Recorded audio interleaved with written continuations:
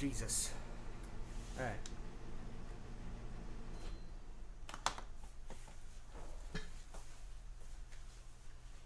My mic is right up here.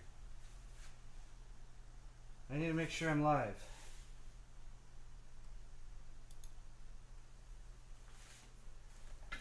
According to this, I'm streaming live to YouTube.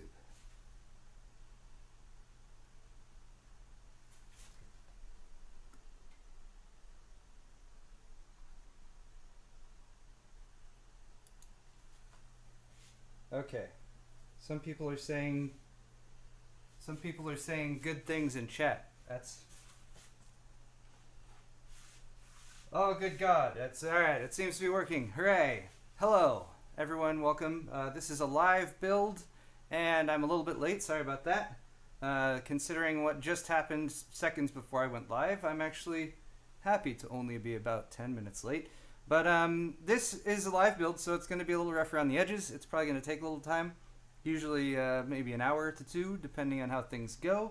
I have a new case from Corsair that I'm showing off, the Air 740, which just was announced yesterday. And then I've got dual 1080s and all this other stuff. I'm going to go over all the parts, but I'm also going to double check and make sure everything's working properly. Wow, alright, it seems like things are working properly, so that's good. I do have a couple different like scenes that I can show you. So I will have the top-down view. Oh no, hold on. Mute.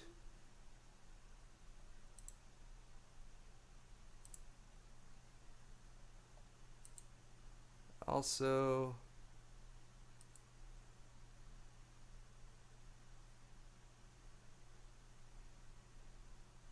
audio input. There we go.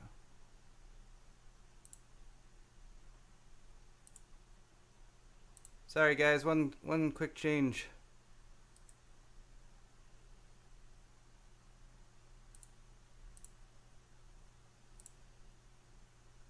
Alright. I hope that fixed things. Alright, can everyone still hear me? Let me know if you guys can't hear me. That's often how things go when I have to... So what happened right before I started was... I normally like to use OBS for these streams. However, I've only used OBS to stream to Twitch before, and getting it to stream to YouTube, which I thought was going to be simpler, just wasn't working. So yeah.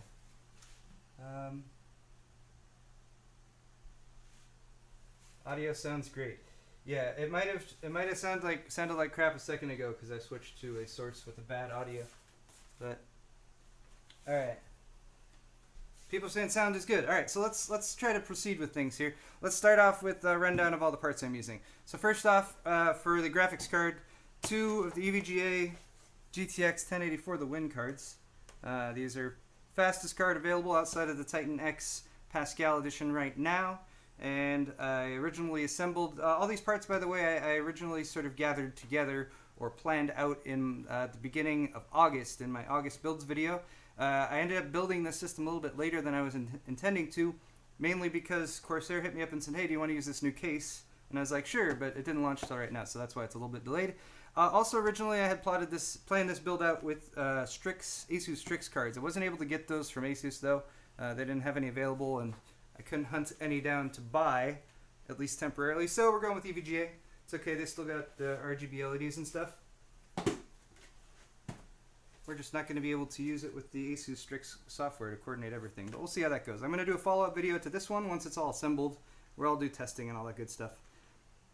Pardon me, the memory is Corsair Vengeance LED. This is the new stuff they just announced at Computex. These are the white LED versions, so they got LEDs going across the top. So you can now get Corsair LED memory without having to pay for the Dominators. For storage, I have a Neutron XTI. This is also from Corsair. Very fast SSD. Yeah, it's about a terabyte.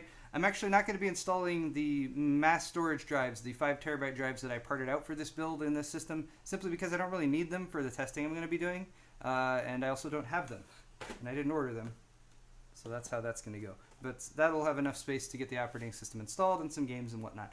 For the processor, picked this up yesterday, ran down to Micro Center. This is an i7 6850K. So Broadwell E, The equivalent processor to this one on the last generation Haswell E is the 5930K. They're both 6 cores. You have to pay a lot to get an 8-core part. You got to pay $1,000 to get the 6900K, or you got to pay $1,700 to get the 6950X, which is in my test bed back there. But this one, I think, it's still very expensive. Still a lot more than I would prefer it to be. Who knows, when Zen launches, maybe we'll see more reasonably priced 6-core processors from Intel. Motherboard is right here, X99 Deluxe from Asus. I actually just did a video on this, so I repackaged it so I could unbox it again here live for you guys on the stream. And then some more Corsair parts. They're ML140 fans. These are maglev fans, magnetic bearings. And they have pretty cool LED effects as well. These are just the white ones, so it's going to have mainly white LEDs, but then there will be some RGB LEDs available through the motherboard and graphics cards. So, you know, we'll be able to change things up if we want to on the coloring side.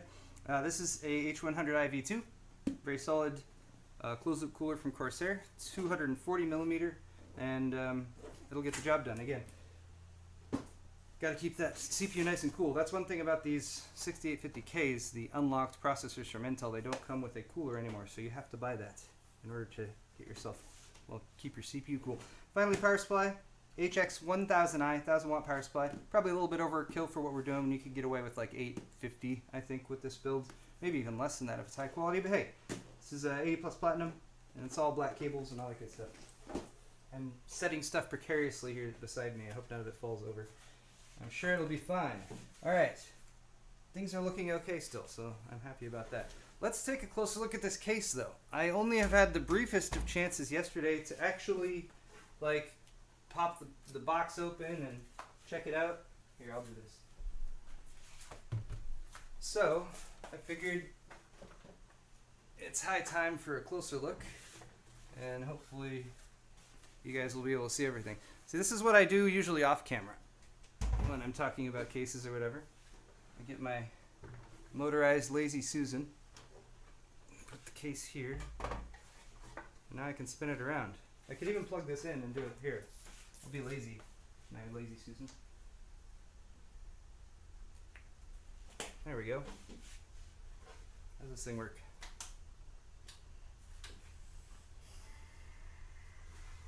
Ta-da! Look, and it spins around so nicely. Oh, well, that's actually, I was worried that the top of it was going to be cut up when I did this. If anyone's wondering what this is, it's a Cake Master. No, it's a carousel. What is it called again? Yeah, it's a carousel. This is actually made for making cakes, so you can like do the thing on the cake while it's, you know, decorating it and stuff. Anyway, so this to me is a case that combines some of the aesthetic stylings of like the Corsair 760, for example, which I've built in as of a couple of years ago, with the general design, the cube style design of the Air 540, which they also sent me one of. I had it out in the other room, and as I was getting ready, I was like, maybe I should bring that out here and show side-by-side comparison, but I don't want to get too far into things here. But you have the design here with the vertical, or sort of rotated power supply, so it's vertical here. So you got this extra chamber on this side, which is fairly wide. So you get a much wider case than typical tower style cases, but you do get tons of room over here for cable management and all that sort of thing. And it does mean that on this side right here, where there's a window, which I can pop off, I'm leaving the plastic on for now. It does slide off in very much the same way that the Corsair 760 did. Anyway, so there you see, you get plenty of room inside, and yeah, I don't know what else to say about it. It is still vertically pretty tall, but this does have 8 expansion slots, for example, so if you're using like a larger size motherboard, or you're doing a 3 or 4 way SLI configuration, not that that's a reasonable thing to do or anything. Everyone thought that in my $15,000 build that I did the other day was that I was being serious with that, and it's like, you guys asked me to. I put it to a vote, and everyone was like, yeah, do the 4-way Titan XP SLI. Anyway, let me take this other side panel off. I haven't not done that yet. All I really did yesterday was a really quick look at this to make sure there were no surprises that I should be aware of. No captive thumb screws. That's sad, but whatever. And this has plastic or tape on it. There we go.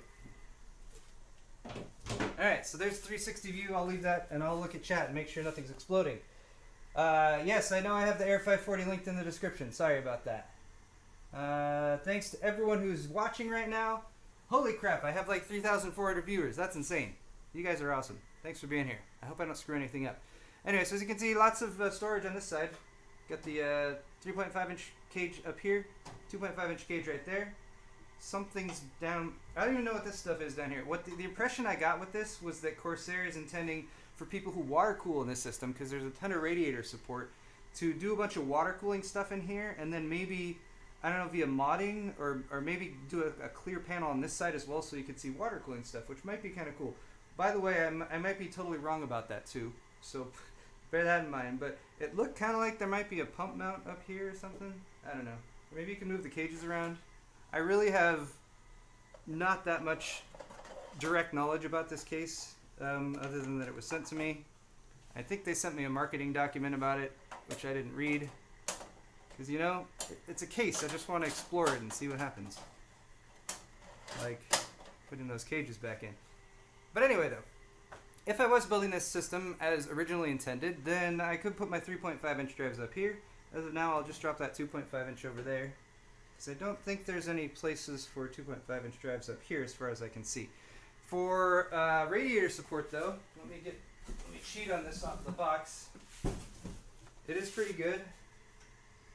Alright, so on the top, you can do a 240, a 280, or a 360.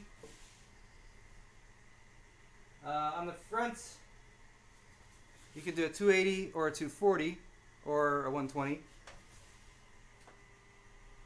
And at the rear back here, you can do a 140. So what I'm going to do is the 240 at the top.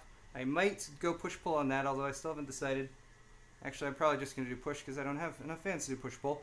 And I'm going to remove, I'll do two 140s in the front with the LEDs and then one 140 in the back with the LEDs. So, all that said, why don't I get started and find out where the heck I put my mechanical screwdriver. Hold on. No, oh here it is. Alright, I freaked out briefly that I had not put this somewhere convenient. Hold on, let me turn this off. Calm down. Okay. Anyway, you know, it would be convenient as if it has a Phillips head bit on the end.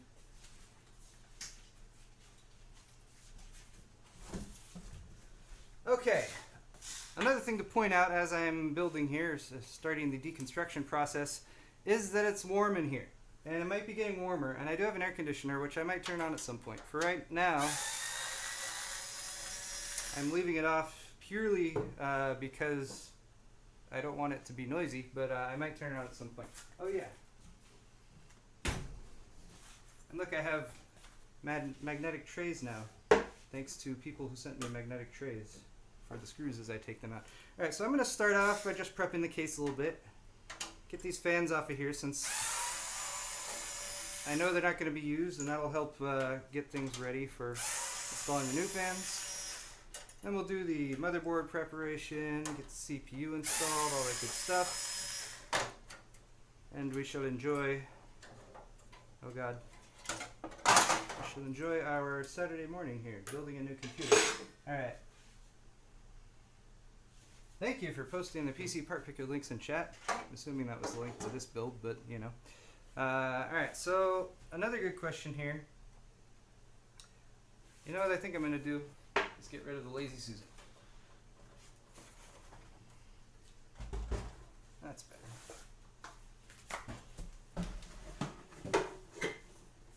Alright, completely blocking my pathway to walk over to my workbench there if I need to. But alright, the question with cases is always how the heck do you get at the parts on the inside?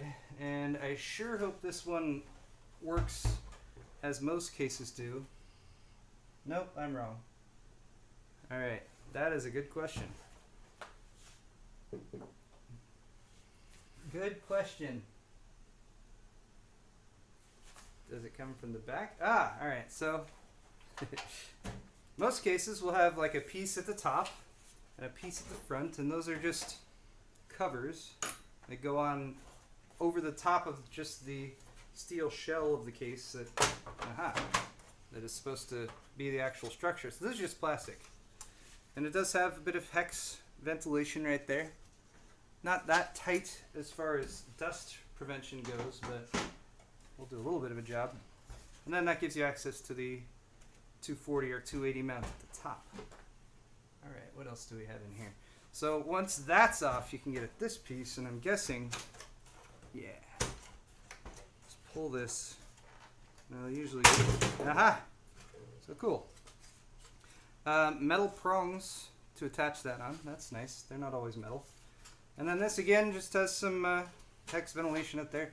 These cross hatches, which I don't know if it serves any actual purpose, or if it's just there to provide a ladder for small mice to climb up the front of your case. That could be. Giving some thought to that. Anyway. So now that that's off, oh, that's interesting. This kind of pokes out at an angle here. And you can see that's the power button right there. Pretty straightforward. Anyway, now I can remove these fronts. Oh, there is a removable dust filter right here. Magnetic. That's good for intakes. Always gotta have dust filters on your intakes.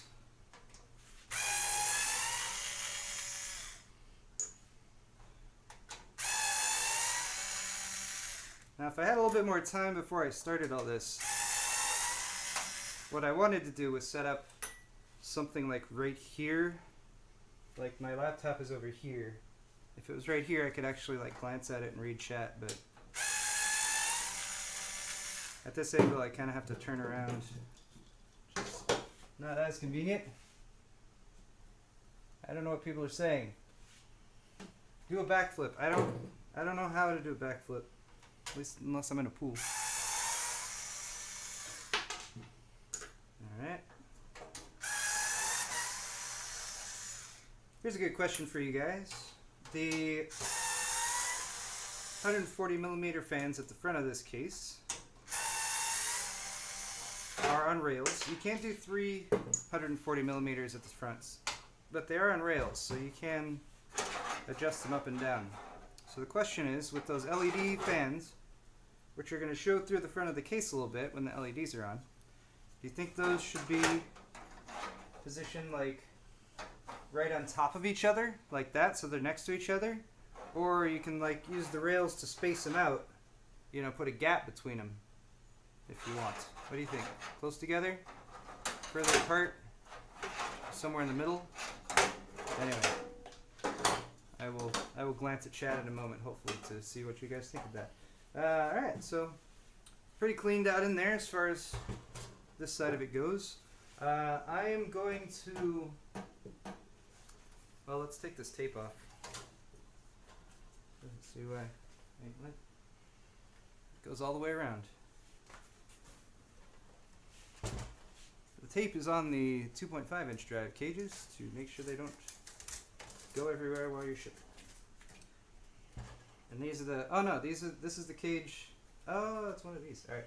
So you can actually remove these. I'm not going to try right now because I don't want to break anything and I'm not positive how it's done, but these 2.5 inch drive bays, you just snap in the 2.5 inch drive from the side and it locks in place with a little clip. But these, since there's 4 of them stacked on top of each other here, you can actually pop these off one at a time. There's little clips, so you could pull like just one off of there if you needed more space this way or something like that, I imagine. So that's kind of nice, I guess. Modularity. Yeah, and I guess other than that, everything else is pretty much just space for mounting all your drives and whatnot. Oh, look at all those happy faces and clouds. It's so much fun. Sorry if chat's a bit of a mess for those of you who are watching live on YouTube. I don't think I have any moderators in there. And I don't have much to say beyond that. Alright. So, I think I might just do the power supply right now. Just while it's right here. Get that in there and taken care of. Make the case significantly heavier for me to lift and move as I'm doing things. But not that there's any risk of this system falling over to the side or anything like that, since it is quite wide. But That'll keep things less top heavy. I'm just making excuses. Alright. Corsair HX1000i. I actually did a video on the 1200 watt version of this. Very solid power supply. Not quite as large as some of the higher wattage PSUs out there. Ta-da. Pretty simple design. This does have silent operation. At low, when it's drawing not as many watts, the fan won't spin up. That's always nice. Beautiful feature to have. And I'm going to try to do a bit of planning ahead. I'm also doing this kind of backwards because I feel like I normally save this part for later in the build, but get it out of the way before we move on to the more relevant top-down shots of what's going on. Alright, so we're going to do 24-pin main motherboard connector. We definitely need that. We need 4, right? How many peg connectors does the EVGA for the Win have? I think it's got at least 2. I forget if it's a 6 and an 8. I think it's a 6 and an 8. I could be wrong about that. Okay. Let's get these out. So the nice thing about fully modular power supplies is you only need to use the cables that are required. And the cables required for this build are going to be 2 to plug into the motherboard. The 24-pin main power connector, of course. So get that connected there. We also going to need not just 1 supplemental power for the CPU, but 2. This Asus board has an 8-pin and a 4-pin. So there's 1. Also getting these PCI Express connectors out as well. Oh God, where's the other one? I'm positive there's another in here. Wait, is this it? Yes, there it is. Okay. It also has Corsair Link, so you might notice lots of Corsair parts in this build, and I should thank Corsair for sending them over. They didn't sponsor this video, but they did send me all the components to build the system with, the Corsair components at least that you see here. And the nice thing about using all Corsair components is you can use the Corsair Link software, which can tie into stuff like your power supply and the liquid CPU cooler to give you information about performance, temperature, all that good stuff. Alright, so 6+2 pin for PCI as well as CPU. So there's 1 for the CPU. That's PCIe. Here's a second for the CPU. Oh my gosh, MB67, thank you so much for the donation, sir. A $5 donation. Those do tend to stand out because they're in green text. But yeah, thanks. I'm glad you like the builds. I'm often torn about doing live builds like this. I like doing it because it's on the fly and it's unedited, and if things go wrong, things go wrong. Also, hopefully this won't happen today, but you know, sometimes somebody knocks at the door, the dogs kind of lose their shit and go tearing out there. But hopefully that won't happen today. We have gardeners that come out front, and we even have confirmed with them that they will not be showing up. I was kind of worried, oh, what if they show up randomly in the middle while I'm doing it, and then there's, you know, leaf blowers and stuff going on outside, but they shouldn't be here today, so that's cool. Alright, here's 1, 2 more of these.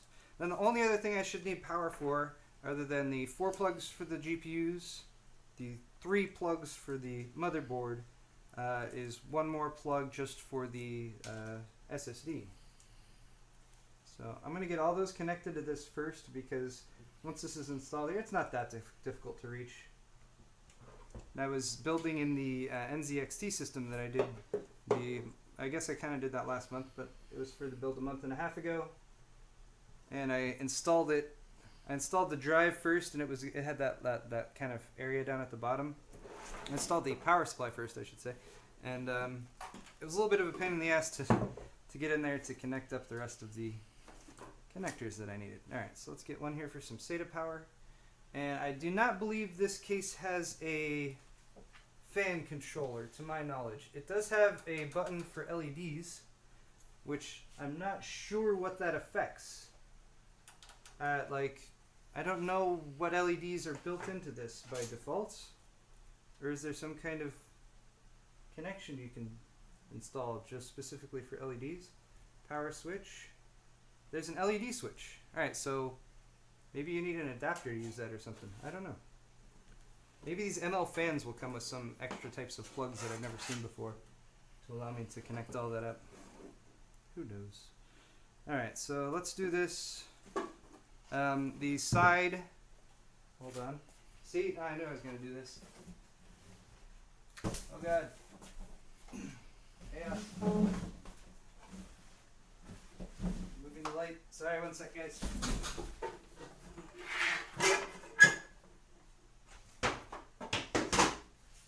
Okay. This is what I was trying to show. So there's the ventilation there, and that ventilation needs to be right up against the intake for the power supply so that it can draw air in and not overheat. Operate at peak efficiency. This system also has a little bracket here for the power supply down at the base with a simple thumb screw so you can push it forward or back, and that's just to go up against the power supply and hold it in place. Matt Gibbs, thank you for your donation, sir. He just got Gigabyte G1 Gaming 1080s, putting EK water blocks on them. Does the Gigabyte high bandwidth bridge fit? Hold on. Alright, so I will be using this high bandwidth bridge to connect my two graphics cards together. I don't know if Jacob or anyone from EVGA is watching. Probably not there at PAX. But yeah. You need the high bandwidth bridge for the highest range of performance, especially at high resolutions, with the GTX 1080s. There is something special going on in here. It's not crazy special like you might think. Actually, if you guys want a cool video on that, Steve linked one yesterday by, I believe his name is pronounced Der Bauer, but I hope I'm not wrong about that. He's German, DER8AUER. He's German, he's an overclocker. Met him before at some events and stuff like that. Anyway, he took HB bridges, high bandwidth bridges, as well as the flexible bridges, and he sent them to be X-rayed to actually determine, like, wait, hold on, are these really needed? Is this NVIDIA trying to, like, upsell us on something or tell us we need something when we really don't? What's going on inside there? And you guys should all go check the video out. He does lots of videos. They're very good. They're much more in-depth than a lot of the stuff I do because he knows a lot more about overclocking and stuff. And he doesn't have that many subscribers as of yet, so, you know, push some more stuff his way. He talks about good things. Anyway, what he figured out by X-raying these things is that the trace layouts in the LED versions, the rigid PCB LED ones, as well as these, are basically have wiggles in them, which is a simple way of them attempting to make the trace leads from one point in the SLI connection to the other the exact same length. Because they're increasing the frequency at which data is transferred across that bus. And when you increase the frequency of something like that, even something as minuscule as the length of a trace, even if it's that long versus that long, can introduce timing changes. So basically you need these bridges so that as it's operating at higher frequencies and especially communicating at resolutions like 5K and above, that timing stays exactly dead on, operating at, I believe, 650 megahertz as opposed to the old 400 megahertz, and that's why they say you need these. There are people who did Hardware Unboxed. I think Hardware Unboxed did. I hope I'm not wrong about that. Who have tested like two flexible bridges and found, oh, it works just as well.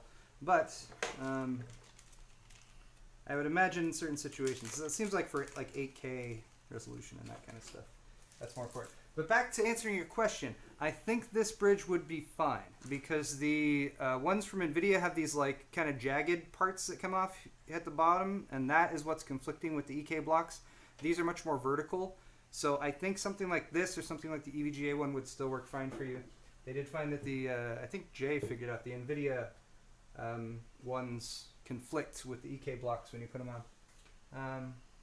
The Air 740 has a software LED header to control the HD and SP fans. Alright, cool. I did find that header in there. I'll see if I can, or it's over here actually. So it's an extra, this is just an extra header that says LED switch coming off of the front panel connectors. I'll see if I can connect that up and get it working. I may or may not be able to do that on the fly today. If not, I'll be doing some work with the system this next week, and I'll see if I can get that figured out. The follow-up video on this is not going to be live. It will be a produced video with editing and all that. It'll probably be a lot easier to digest than this. But for anyone who just wants to see how this is done with all of the boring parts included, that's what the live builds are for. That, and I don't have to edit it afterwards, which is kind of convenient. Although I did spend a lot of time doing setup. I was originally going to try to do this yesterday, and I'm really glad I didn't, because this whole area out here was much more of a mess even than you see right now. And I did a lot of cleanup. And I did some preparation, everything except making absolutely sure that the stream via OBS was going to work properly. That was my main downfall. Alright, so power supply is in, and I'm going to do a temporary job on these right now and just kind of shove them all in here. This is the greatest benefit, in my opinion, of these big cube-style cases is you just have this massive area right here where nothing really matters, and you can just shove it in, and you can't see it from the other side, and airflow isn't really affected here. There's no need for airflow. The power supply has its own. Hard drives. Hard drives up here might need a little airflow going to them, depending on how you have that configured, so I might consider that. What did I do with the side? Put it here.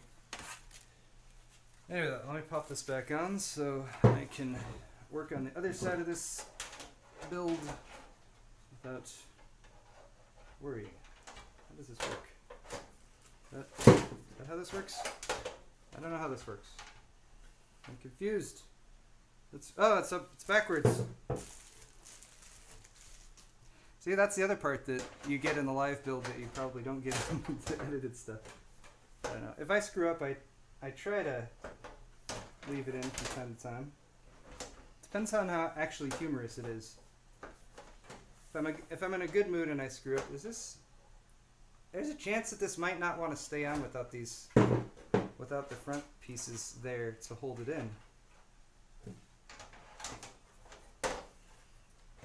Yeah. Right? Am I going crazy here? Yeah, I think that might be the case. Get it? The case? No. Terrible joke. Alright, well, I'll deal with that later then. Yes, Matt Gibbs, did I say thank you, by the way, for your comment and your donation? Much obliged for that. And yeah, let's just do this. Let's set it that way and move on with our lives. Alright, it's high time I switch cameras. No, that's terrible. That looks awful. Let's do this. I had it set up before so that I could do the overhead camera one way, and then, yeah, that's all the OBS stuff I had set up that's broken now.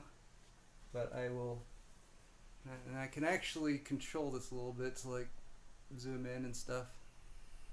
Crop my belly out. Alright. Oh, you know what? I did all that and then I never actually plugged in the SATA one. That's alright. There's lots of distractions doing a live build. One of them is just the vaguest attempt at keeping things organized. I got my tray though for the my tray for the screws and everything. It's an emoji war going on in chat right now. I'm not gonna involve myself in that. Okay, let's move to the fun part here, which is going to be preparation of the core components.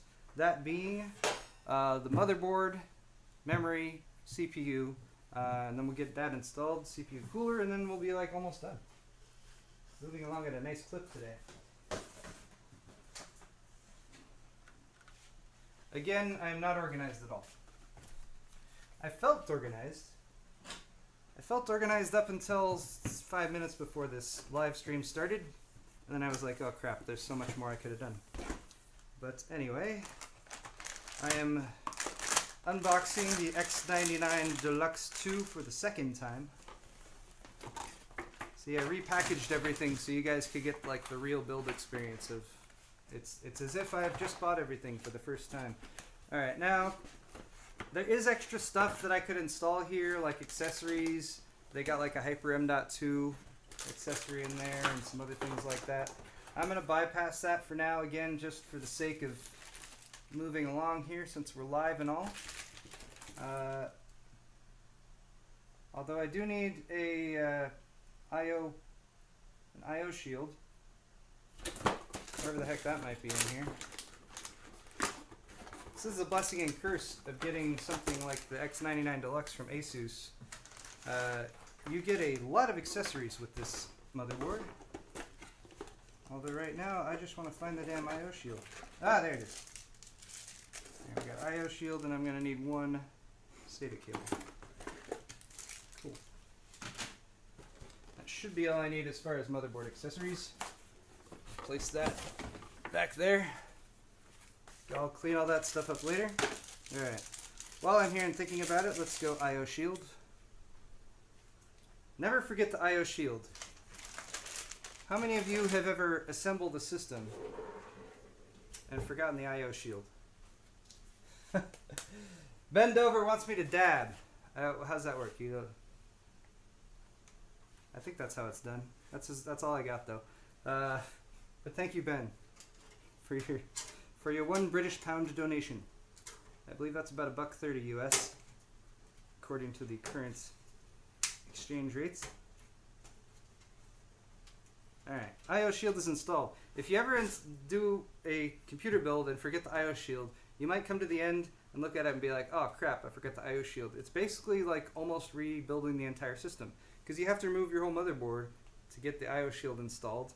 I did early on. I had one time where I actually tried to wedge the IO shield in between the motherboard, and the case didn't work. Just to keep things. That's the short result of that attempt was nope, not working. I do have trash down here. That's convenient.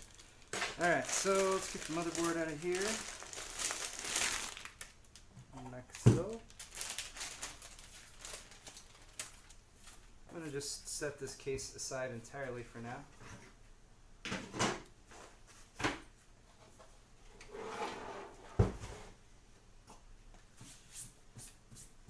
And I'll try to give you guys a closer view of this, theoretically. Yes.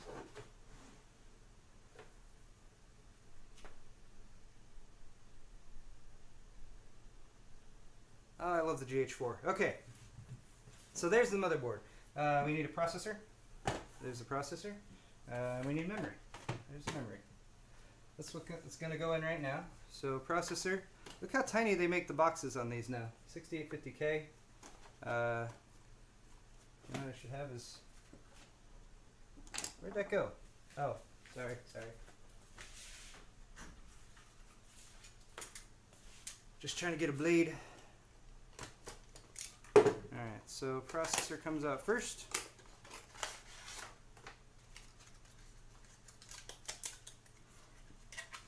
Six cores, 40 threads.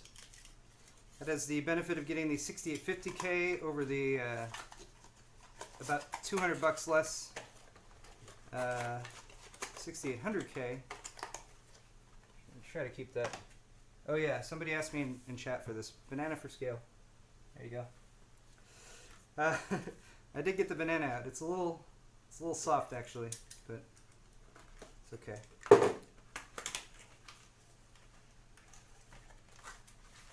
All right, here's our memory. It's looking pretty. I'm tripping over cables. Don't even know what they're there for. All right, so I'll move the banana. Let's get the processor installed first. All right, here's how processor installation goes. You have this plastic piece over the actual socket. That's to protect the very delicate pins inside. So what is a very common way to do this is to just leave that on for now. It'll keep the pins a little bit protected. But you got two of these bars. I'm just going to push this one in. This LGA socket is designed so you push the bar in to release it and lift it up. There are some where you push them out to release it. I think most of the 2011-3 ones are like this though. Anyway, so second bar goes up there. First bar will allow you to lift this actual piece up. Then you have the delicate socket which is there. These are kind of bright, aren't they? See if I can adjust ISO without knowing what the heck I'm doing on the camera. Nothing can go wrong. That's better. Yeah, that's better. Okay. Now we have our processor. See, very delicate socket. Processor's there. Processor has a gold triangle in one corner, which you probably can't see very well, but trust me, it's there. There's also notches on the top and bottom, which you can kind of use to eyeball to align yourself. There's also a triangle on the corner of the socket there. It's at the base. It's also usually on the cover itself. Triangle, triangle. So line up the triangles so you know where the corner goes. And then grip the socket or the processor by the side. Lower it down slowly. I give a very slight jiggle, just side to side a little bit. Don't want to push down on it. The socket will do that, and then you can go ahead and start closing things. You can leave this plastic piece on. I'm just going to pop it off right now though, because I can. One side goes down. Let me lower the one arm. Takes a little bit of pressure to push it down on. And the second one goes in, and now our processor is installed. Hooray! Look. Oh, come on, focus. There we go. Yay, processor. It's best ever. Alright. Now, I am not positive whether I should go for the memory, because I do have... Yeah, that's fine. Let's do the memory. Memory I'm going to install just because it's here and it's easy. Sometimes you can do the memory later. If you're installing like a air cooler, CPU air... Oh, those look kind of nice. I didn't get a chance to do a close-up view of these, but here, let's see if we can... There we go. It's not bad. It's got kind of a flat gray finish. Not shiny. I like the matte finish. Good job on that, Corsair.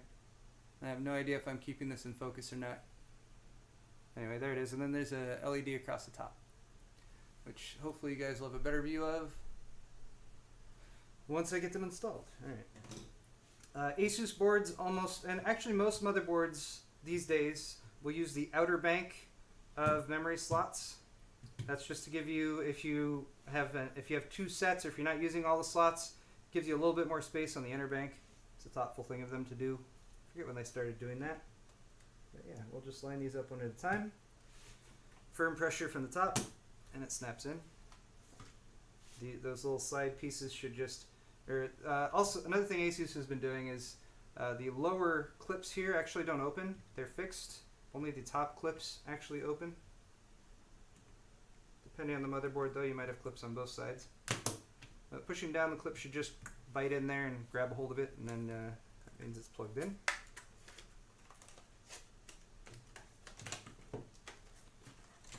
One more kit.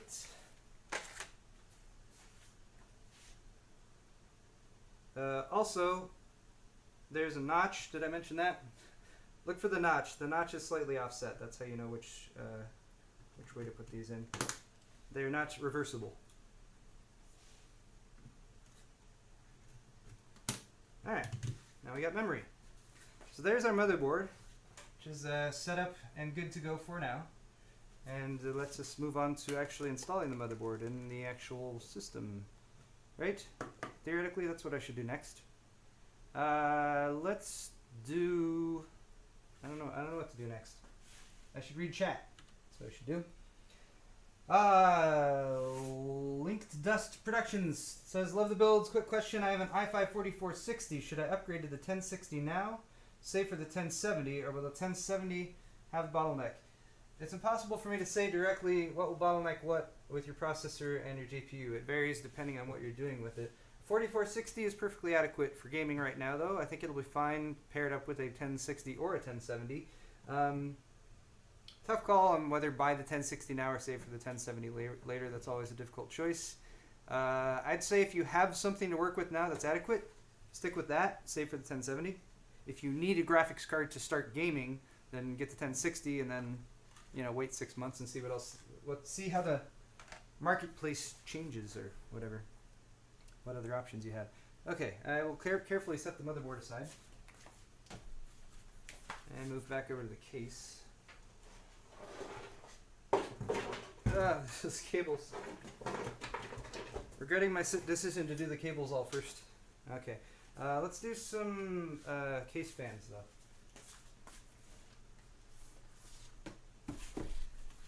Good to get these installed while I have a chance. And I never looked back to see what you guys thought about where to install these case fans. Sorry, but I'll try to do that. My tips. I'm trying to give you guys tips. Install the CPU cooler backplate. Nice thing about building on LGA 2011 or 2011-3 is it comes with a built-in backplate. That's actually one of my, well, I don't know, I really like the Enthusiast platform from Intel because it caters to enthusiasts and stuff. Yes, it is very expensive. That's the crappy part about it. But it's so much better building in a system that has, like, the built-in backplate is just so convenient for aftermarket CPU coolers and everything. So that's super nice. What else comes with this? Okay. Corsair with your ML140 Pro LED fans is giving you a couple zip ties and some screws, which I'm probably just not going to use because I don't really need to. Use the ones that I already took out, which I think are a little bit nicer. I'm blind. Okay. Anyway, I'll try to read chat. Looks like a lot of people are talking about Harambe, as they should be. He will be missed. People, if you can't put a PC part picker link, it's probably because links are blocked. I'm honestly not 100% sure how that is configured right now. Shows you how. All of my efforts were just in like getting everything cleaned up and getting the camera set up. The actual configuration for the live stream was left till later on. It's because I've gotten too accustomed to doing our live show. And our live show, like, you know, we've worked through some kinks here and there, but we got everything set up kind of how we want to. And we don't really use the computers that we use for the live show for much else. And so we really just like sit down and we don't even think about it until like the very last minute. Like, oh crap, is everything fine? Yeah, everything's fine. And then we just go for it. So yeah, again, my problem was usually when I live stream here, it's by myself at least. It's just to Twitch and I use OBS for that, or at least I have on this system. Had not streamed straight to YouTube with OBS. Thought I had it set up. Didn't. And that brings you up to speed, I think. All right. When installing fans, pay attention to where the cable comes out. Remember, you can rotate the fan 90 degrees or 120 degrees or whatever. And I just try to position that cable coming out to where I can quickly get it tucked away back somewhere else. In this case, you guys probably can't see. Yes, there you go. In this case, I am positioning it like so. So then I can take the cable and push it back through that top grommet there. Alright. I like this magnetic tray. I wish I knew off the top of my head who had sent it to me. Nope, wrong way. I do know, and I have the letter from him because he actually sent a couple, but I can't remember. So thank you, friend who sent the magnetic tray. He actually did it after the last live build I did, where I was doing the live build, rambling like I do while I do the live builds, and mentioned like, I don't have one of those magnetic trays. And then like my PO box, like 5 of them showed up like a week later. That was cool. Okay, fan installed. One fan installed. Also, you got to pay attention to the direction of the airflow with fans. Simple way to do that is usually the intake is the part without the crossbars going across it, and the out, or the exhaust, is where the crossbars are. Although some fans will also put arrows on the side that indicate the rotation the direction of the rotation. So this one actually does have that very small right here. Corsair put it. Basically one arrow direct showing where airflow is, which is that way, and then another arrow shows the direction the fan spin, which is that way. Anyway. Alright, so I'm not sure in chat if we decided. Wow. Hello, by the way, to anyone who's watching live from the UK. I'm sorry when we usually do our live show that we're not at a time that's convenient for people in the UK. I'm glad that you guys are able to join us. Not like those filthy Australians who are probably all asleep right now. I'm just kidding. I love Australia. All right. Nico Bowling says, thank you for your donation. One of the bearings on his MSI Gaming 980s fans is gone. Ooh, that's a good question. Can you repair it? Repairing it might be difficult. I mean, repairing a bearing fan is very challenging, especially a smaller one. I would contact MSI about that. There's a good chance you're still under warranty. You might be able to, if you talk to the right people in support, get them to like send you a replacement fan that you can install yourself. But you might need to just RMA that and turn it back in. If it's the fan failing to a bearing in it, that's definitely should be covered by warranty. Finally, Jeremy, thank you for your $2 donation. I wonder if it'd be possible to make your own high bandwidth bridge for NVIDIA cards using light matching of the traces. I'm sure that's possible. I don't know.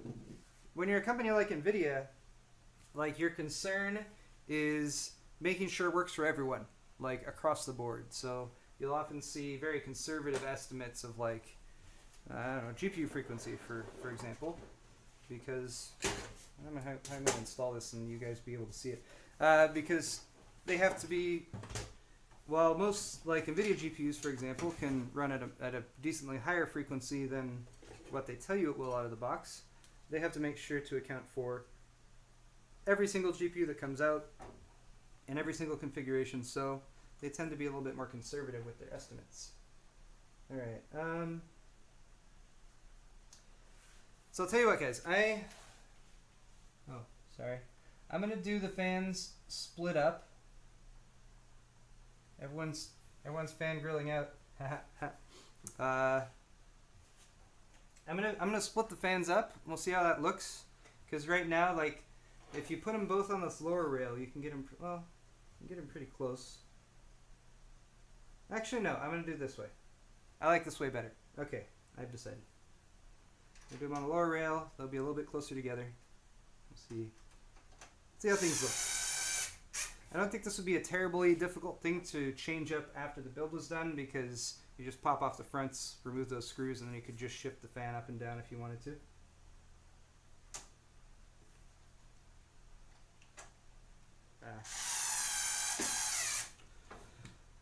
I love my power screwdriver. You gotta get the lithium ion one though. The other one, I had the other one before this, and it would not hold a charge. I'd have it plugged in, it would work just fine if I took it like right off the wall, but like I don't have it plugged in all the time.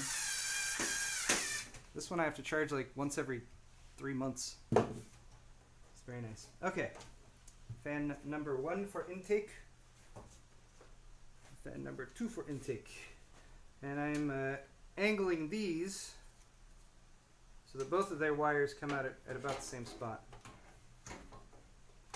Alright, I hope this lines up. It does. Praise Jesus. Okay. Here we go. Never sure what to talk about while I'm just screwing things in. Sounded weird.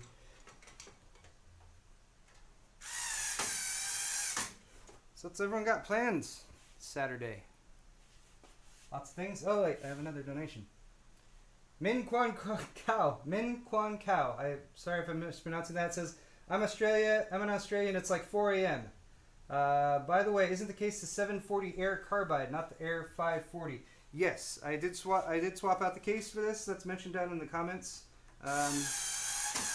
Actually, this build was specifically delayed. I was supposed to do this build in August, and it was delayed to September specifically so I could build in this case. And even though I parted the whole system out,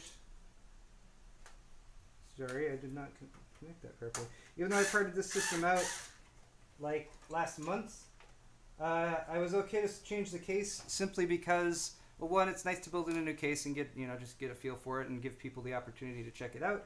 But two, it's a very similar layout and design case to the Air 540. It's still the cube design, the wider footprint.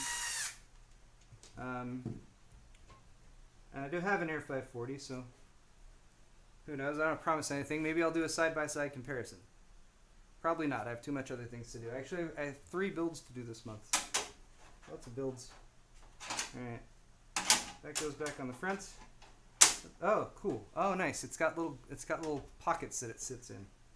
That is nice. Keeps a little bit sturdier. Okay. So fans are now installed. Ta-da! Does it look like a computer yet? It's getting close. Holy crap, I have 4,500 people watching this. You guys are awesome. Everyone, is this replacing Saturday morning cartoons? I guess it depends where you are. Because for some people, like if you're on the East Coast, it's a little bit later. I mean, if it's England, perhaps this is like primetime TV or something. You're watching this instead of the BBC?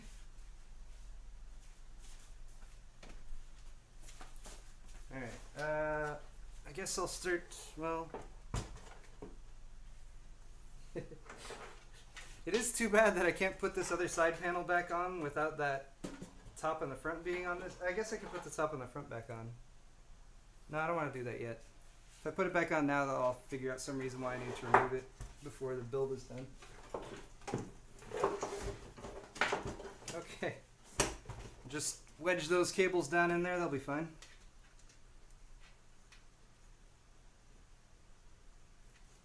Another nice thing about me building this today instead of yesterday is that although it is warm, it's not quite as warm. It's only like 81 degrees Fahrenheit in LA today. It's just cooler by 15 or 20 degrees than it has been for a lot of the summer. Okay. Although the London trip I went on last month, I actually missed, I think, one of the warmest periods of the summer, so that was kind of nice. Alright, I'm just feeding these cables back here, getting them tucked out of the way. And then we're going to get the motherboard going. There we go. Hey, go in there. I said go in there. Okay. Alright. Let's give you guys top down again. There it is. It's very stable. So I can zoom out a little bit. Right. That's focus, not zoom. Okay. There's the inside. So our rear I/O is back here. And then you'll notice the standoffs here. So standoffs are very, very important. Never forget standoffs when you're building a computer. They're basically little spacers that give some space between where the motherboard is sitting, because the motherboard needs to be grounded in certain locations, and those certain locations are where the mounting points are, which, if you look at the bottom of the motherboard, even though it's not in focus, is 1, 2, 3, 4, 5, 6, 7, 8, 9. There are 9 mounting points, which means in here there should be 9 standoffs. 1, 2, 3, 4, 5, 6, 7, 8, 9. In this case, they came pre-installed, so good job, Corsair. This one also has this little nub version of the standoff. This one doesn't need to be screwed in, but that nub will stick into the motherboard when it's dropped into the case, and it'll kind of hold it in place and line everything up so you can get those other screws installed with the standoffs. Now, the one thing that I almost always do now before I make this installation, this next step of installation, is I try to make sure that I've double checked the standoffs and the screws that come with it for the standoffs, which are probably these. And they do give you an extra standoff in here, and that's for some of the different layouts that this case can handle when it comes to different motherboard sizes. But I just like to take one of the screws that I'm going to be using to mount, and a little standoff, and I just screw the screw into the standoff. Like so. Pretty boring, pretty straightforward. The reason I do this, though, is to make sure that the screws I'm using are the right threading for the standoff, because there are 2 different kinds. There's M.2, there's M3 and UNC 632, metric and imperial, and it's a pain in the ass if you get them confused, especially with motherboard stand-ups. Okay, here goes the motherboard. Wait. Motherboard down into the case.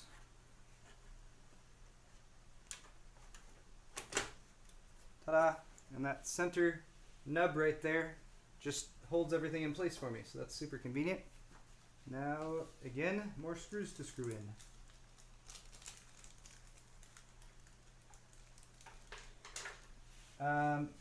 Wait, where'd my screwdriver go?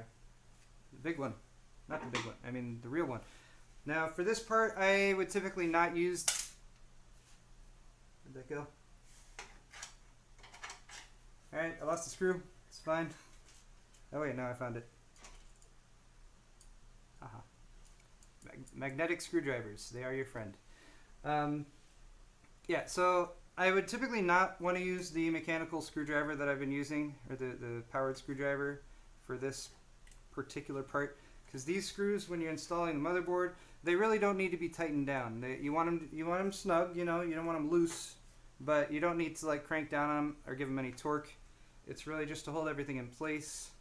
And using something like a mechanical screwdriver, I mean, you'll probably be fine, but honestly, you don't want to over torque it onto the motherboard, because you do have a chance that you might crack the PCB or something like that, and that would be a sad day. A very sad day indeed. All right. That is 5. We have 3 to go. 6. 7. And 1 more. Okay. Now you might notice, looking at the top-down view here as well, although it's dark. I made it too dark earlier. Let me make it brighter.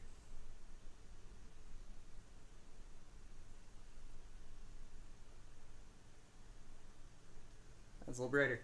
Yeah, so you might notice here there's a pretty good amount of space here. So that's part of, like, I guess kind of the nice thing about this case, but also the reason the case is so big. You have a good amount of space here below the motherboard, good amount of space here above the motherboard. Nice thing about the space above is if you have coolers, like a 240 rad like I'm going to be installing, gives you plenty of room for that, especially if you're doing push-pull or something like that. You'd have room potentially for 2 sets of fans and that cooler in between, or just a thick radiator. Also up front, plenty of room that way. Even room on the bottom, and there is again a 240 or 480 mounts. Sorry, 280.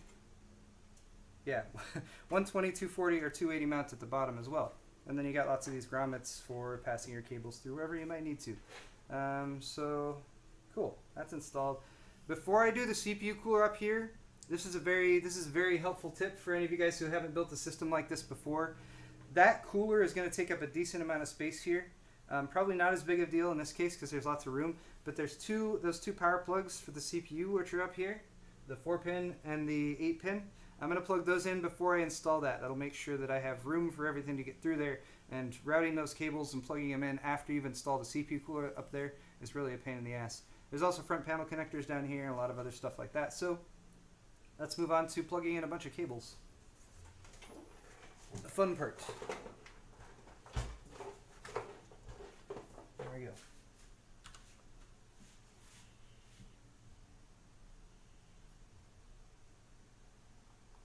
All right, I was gonna do modding in chat, but there's too much chaos going on in there for me to pick out any one person. It's okay. All right, so CPU and CPU.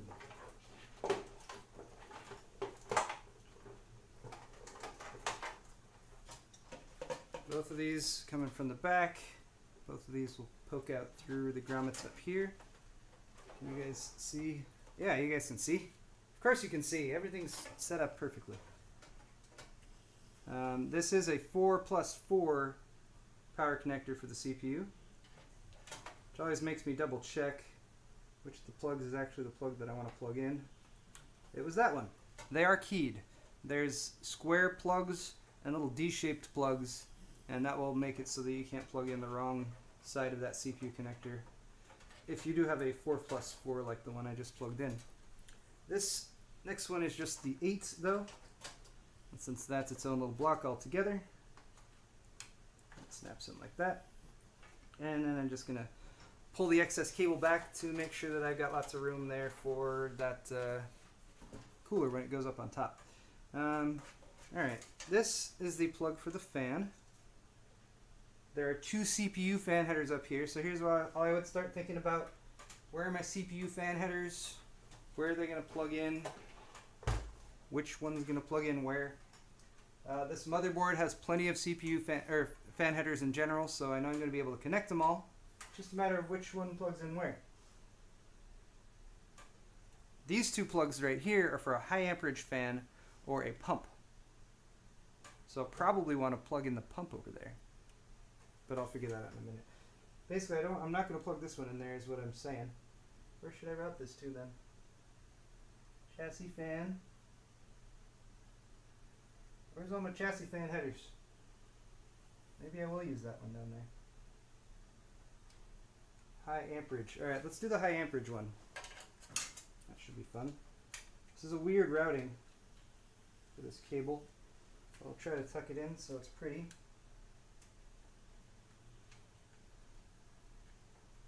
There we go.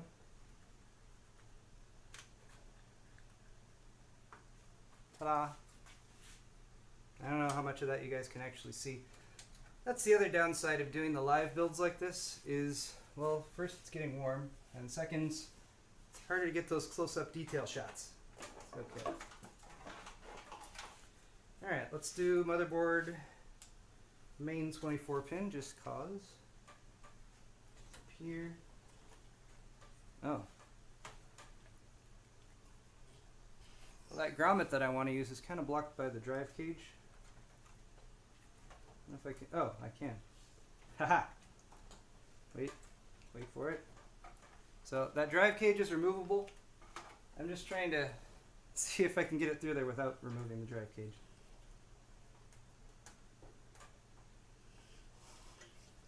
It's thinking about it. Ah, okay. I am dislodging the grommet though, so I'll reset that.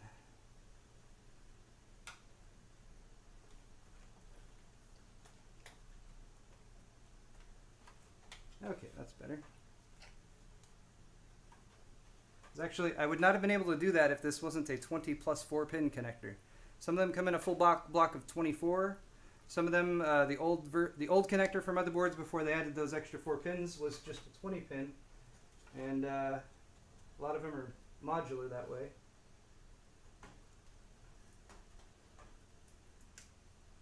All right, here's the main motherboard power. So those are all of the power connectors for the motherboard. So that's nice to have that taken care of. I'm starting to think about cable management back here, but there's still much to be done, so I'm not thinking about it too hard. I do have these fan connectors to plug in. Thought there was another chassis fan header somewhere along. Oh, there it is. 2 chassis fan headers. You'd almost think I had done a review on this motherboard and I knew where things were. There's one here. And one here. Yep.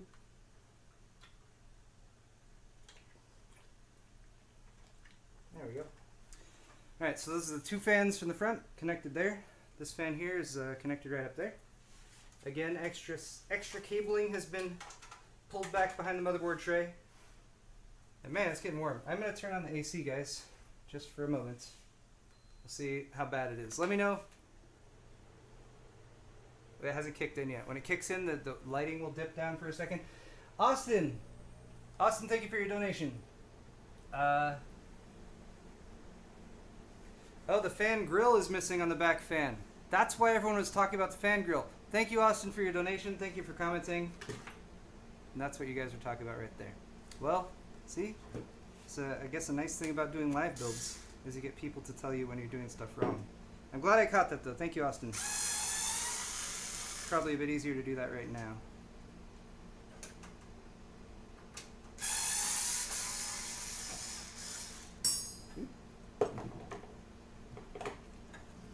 Oh, the AC is nice. Because it's like right there and it's just hitting me directly. I hope it's not too loud. Because I'm probably going to want to leave it on. Trolls!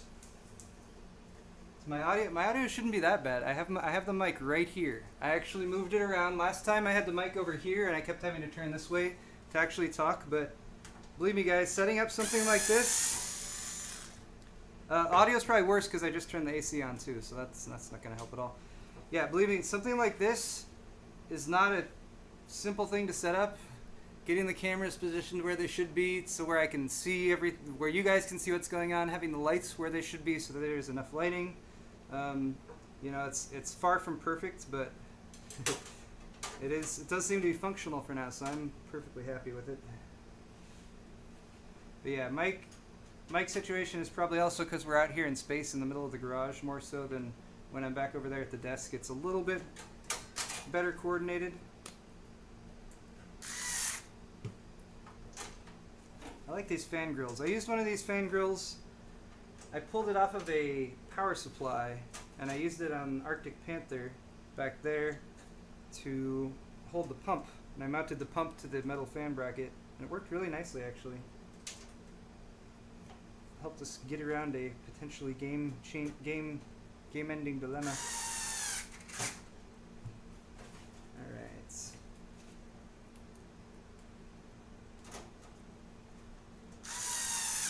See, I thought you guys were making jokes about fangirling. I don't know. Yay! All right. Fangrill. Thank you again for the donation. Moving along. What's next? I don't know what's going on. I guess front panel. Yeah, let's do front panel stuff. It's annoying, and I'll get it out of the way. And I'm pretty sure that the LED... Yeah, I'm not sure what the LED situation is here. I'm going to have to read up on that probably and get back to you guys because I did not check on that before going live. There's an LED button on the front of this case. There's an LED lead coming out of all these front panel connectors. So that appears to give you some control over the LEDs via the button on the front, which is a nice feature to have. I like being able to quickly turn off LEDs when they're there.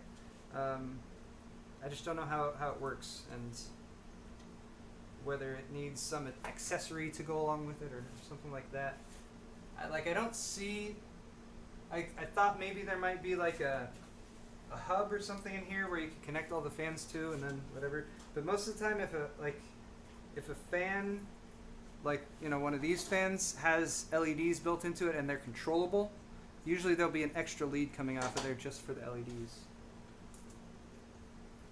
Alright, so this is the LED switch one. I'm just going to leave that one behind. And we'll just do this standard set. Alright, front panels down here.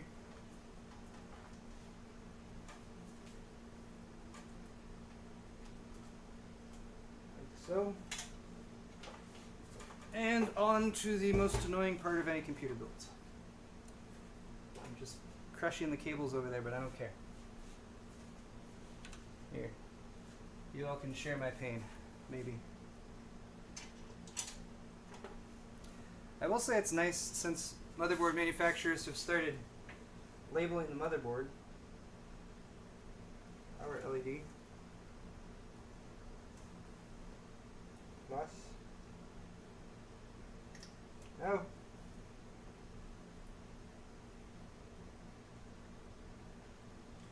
When you are connecting front panel connectors, remember that the switches don't matter as far as positive and negative. Our switch. But the LEDs do. LEDs, you do need to have the plus where it's supposed to go with the plus and the negative to go where it's supposed to go with the negative. Power LED reset switch. Well, that's confusing, Asus.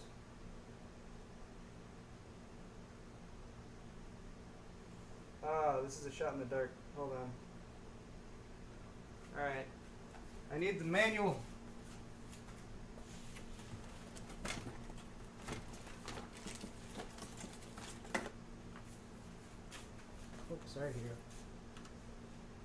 I'm resorting to the manual here because although it is listed which is which on those front panels, it is not very clear, that lower row, where one set ends and the next set begins. Come on, front panel connectors.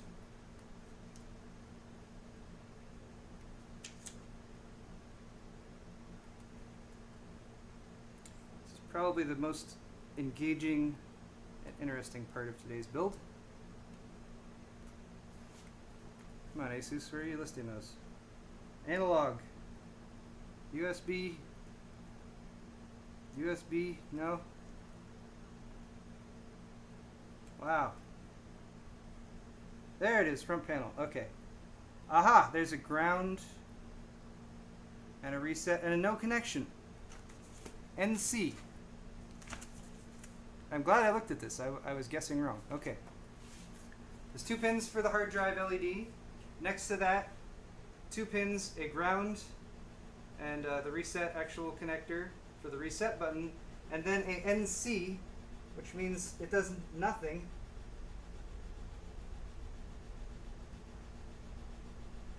Right?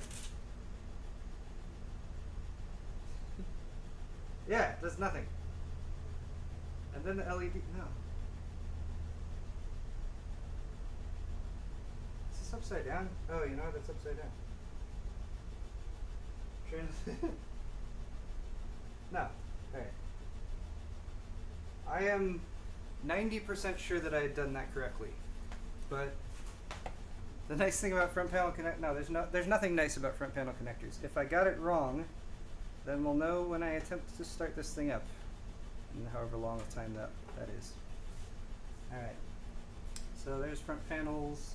Now I need USB.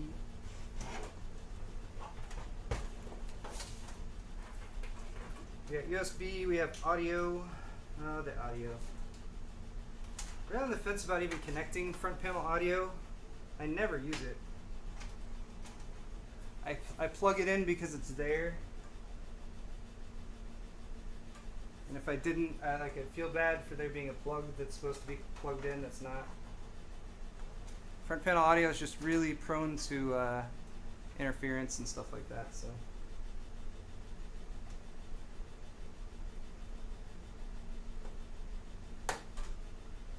Alright, there's a massive USB 3.0 connector. Is there another one of those? No, there's not.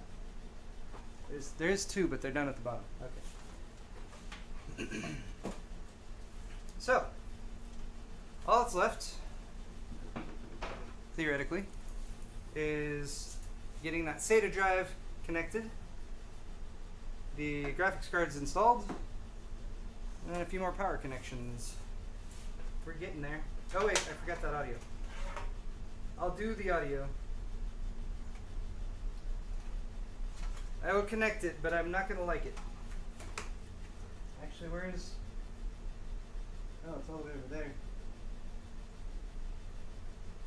Actually, you know what? Screw it. I'm not going to connect the front panel audio. Why? Because it's got a blast of color right there. And I don't want that to be visible at all. And honestly, I'm never going to use them. I hate front panel audio. Okay. So we'll just leave that disconnected. Save ourselves a step. And move on.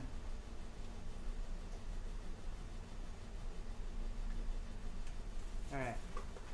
Got that peripheral power connector connected. Doing the SATA drive next.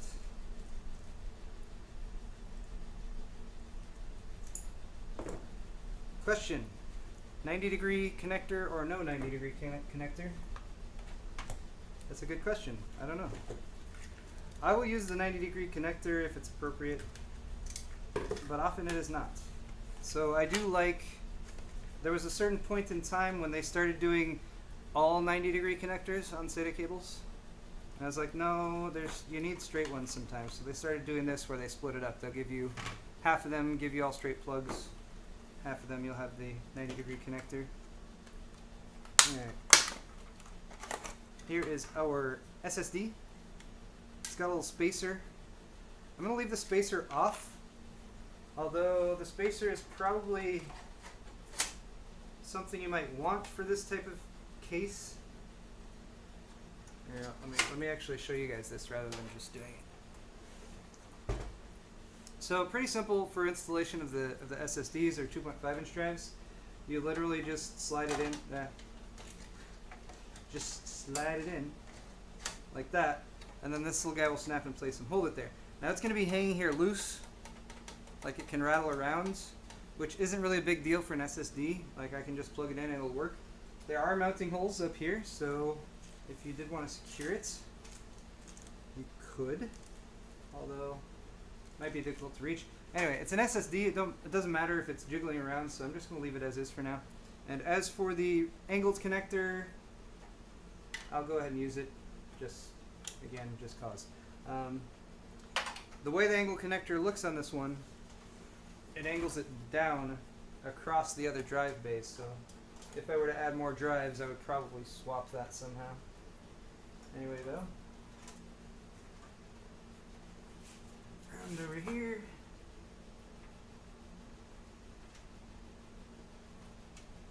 You know what? I'm going to do the upper one.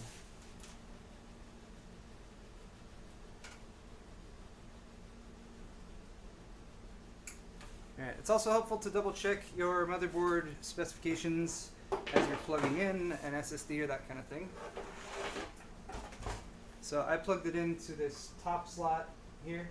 It's just a standard SATA connector, so it's not that big a deal. But I would want to plug it into the SATA plugs that are natively controlled by the X99 chipset, because there is an add-on chip, I think an ASMedia on this board, that gives a couple more SATA connectors. I think a couple of those are on the SATA Express down here. They would still be good performance, but typically an additional controller that's kind of working as an in-between between either the chipset or the CPU and the actual storage is going to introduce just a tiny bit of latency. So for operating system drives and that kind of thing, it's usually best to connect directly to the native connector. And flipping back around, we just need some power for that SSD.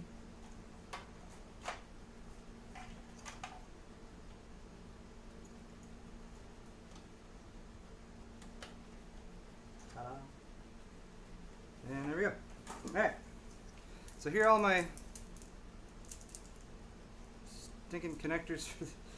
Alright, so I'm on the fence about this. So each of these cables, this is for the power for the graphics card, has a 6+2 or an 8-pin, and then a daisy chain 6+2 or an 8-pin.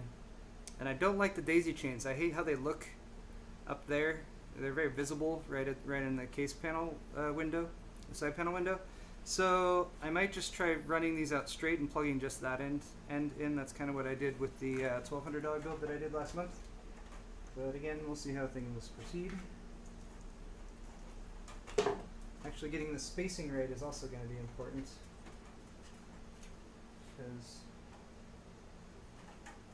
yeah.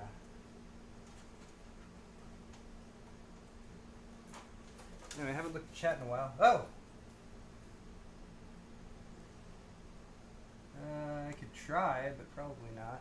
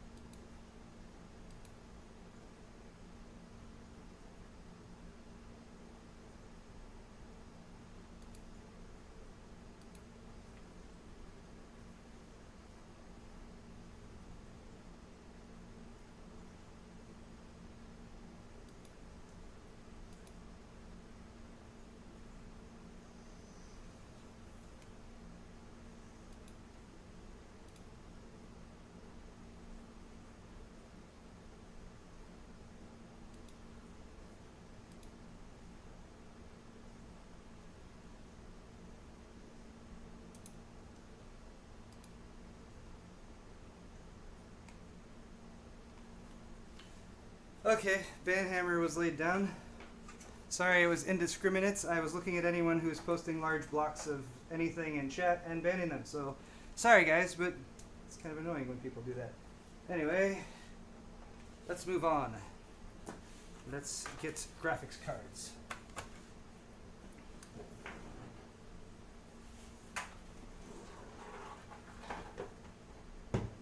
Not quite sure what the appropriate, like, I need to get a better Lazy Susan. I have that motorized one. It's a very good one, but I need one that just sits flat on the table, because doing builds like this, it's often very convenient. I just set the system on that, and then you can spin it around whatever which way to get at the front or the back, especially for cable management.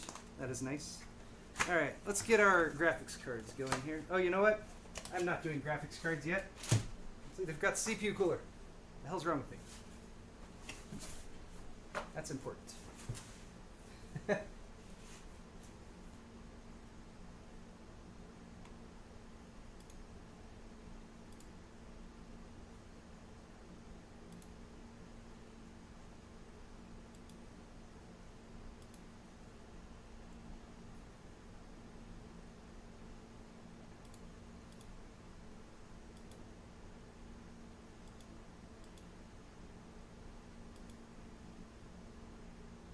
I don't even know what that is.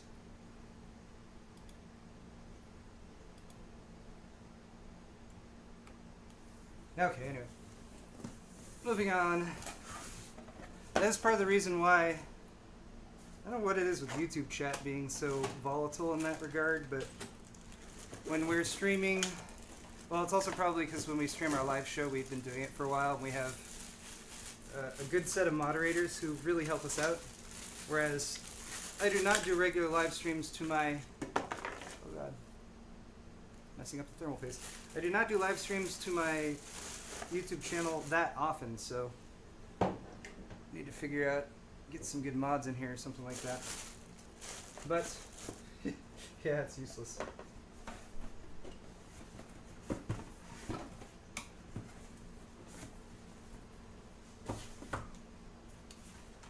Anyway, though, all right. So, I like this cooler from Corsair because it's actually the first time I've worked with one myself. Several other people have. I don't know. I got some fins that are a little bent. Not a big deal though. I like the tubing though. It's got this kind of, you know, it's got this wrap going on it that looks pretty cool. It's very thick, so it looks a little bit more burly. And yeah, it's a nice little. Looks pretty sweet. And then Corsair gives you these accents along the sides to make sure everyone knows it's a Corsair product and all that good stuff. No, I'm not modding anyone on the fly right now. Sorry, guys. That would probably be a poor decision. All right. Now my real question here is going to be if I remember how to install this off the top of my head. Aha! I might. Because again, thank God for the freaking installation system they have there. Cody Man, again, thank you for the recommendation, or for the suggestion. I have a long-standing policy, though, which is that I'll never make anyone a mod who asks to be a mod. That's not to say you're not a legit person right now and you're not trying to help. I completely respect that, but yeah. For now, apologies to anyone who's dealing with with YouTube chat, and the good news is that in the YouTube comments, once this video has become just a YouTube video after the live stream is done, none of that will actually be shown. So, bravo. Alright. So, I am installing this blind because I think I know how it's done, but I have at least by sight recognized the standoffs. You get these little posts, and these posts either go into the back plate, this silly plastic back plate that you put on if you're not using a Intel setup, or if you're not using a enthusiast Intel setup. And there's also ones for AMD and stuff. Okay. Now, I'm going to have to use these fans which I'm sure is fine. Right? And I have the option to connect them to the pump and power them through that, but I don't think I want to do that. I don't like doing that. Actually, I'm going to route both of these to the CPU fan headers on the motherboard. That way the CPU fan headers can control the speed of these, and the pump, I'll just plug straight into the pump header, since this motherboard has one of those. That little plastic piece, that's alright, it's gone forever. Do I have any? Why am I using YouTube instead of Twitch? The reason is because I would stream to both, but it's difficult enough, me being one person, to keep up even with just one set of chats, to say nothing of two sets of chats.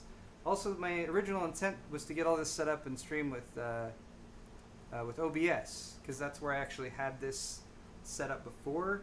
But OBS didn't work. I actually had to switch to XSplit, and whereas XSplit we have set up to stream to both locations before, we did not do that. Or I didn't have it set up to do that this time. So anyway, long story short, just decided to go to YouTube. This was originally not supposed to be a live build. This was just going to be a build, but you know, I opted to do it live. Anyway, okay. Gonna get these fans on here, and then we'll get this installed, and then we'll get that connected to that. Everything will be perfect. Where do those long screws go?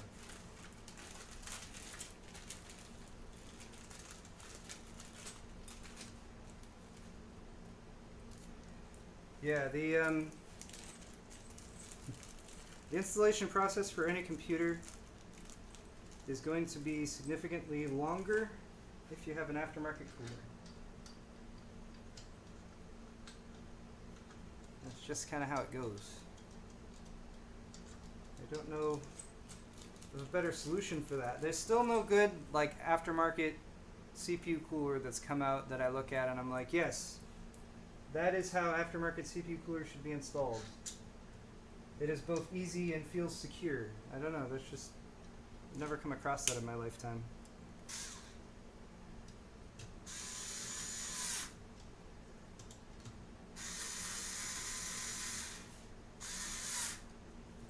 And two.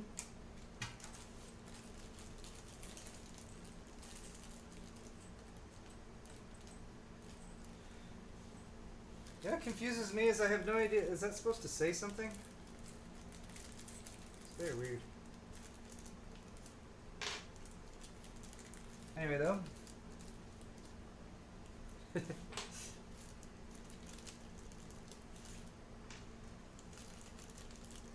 Trying to get the proper number of washers. 1, 2, 3, 4, and 1 and 2. Does anyone else ever have difficulty figuring out where washers should go? It's like, unless I have the exploded view, it's like, oh, screw washer thing, another washer, and then the thing. I was like, wait, the washer, where should the washer be? Anyway, in this case, I'm putting it on the outside. I could be wrong. It's okay, though. Oh, there it is.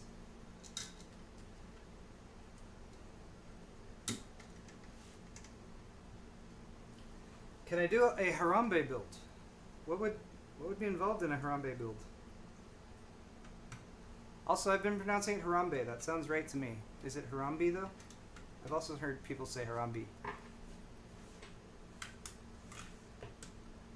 Harambe. Alright. Setting these up to push. This is not the most practical setup for these. I mean, it all depends on how far down the road you're thinking. These are going to be pushing air that way, so up out of the case they'll be acting as exhausts. The idea here is to theoretically have negative airflow, or I'm sorry, positive airflow, or positive pressure inside the case with all the fans running. Although it's hard to say. I got two relatively unblocked 140s at the front, one relatively unblocked 140 at the back. and then two 120s, which will be here at the top, that will be restricted with the radiator in front of them. It's a good question, whether this system will have positive or negative airflow. I suppose if you could really, like, what would be more ideal, positive or negative, would be like somehow neutral airflow. What if that's possible? Somehow, with all the...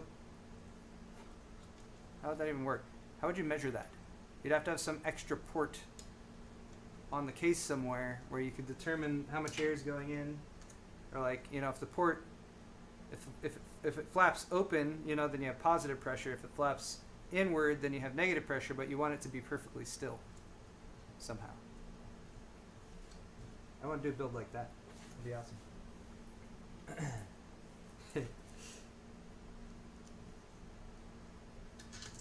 Alright, what time are we at here? Is it really 11:45? How long have I been doing this? Time has slowed to a stop for me. Confused, getting thirsty. Hopefully I'll be done in time for lunch. That's my main goal. Alright. Ta-da! There she is. Now we will delicately, ever so delicately, drop this down. Wait. I really wish I had the plastic cover for that. I'm also going to be lazy here, lazy / efficient, and use the CPU, the cooling paste that's on there. So we'll see how that goes.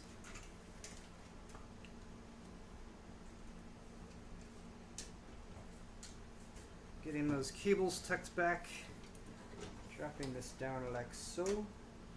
Looks like there's room. You guys can kind of see what's going on from the vertical view. I had my other view going before I had to switch over, and that was the top-down view with the other view with me in the corner, and I wish I still had that.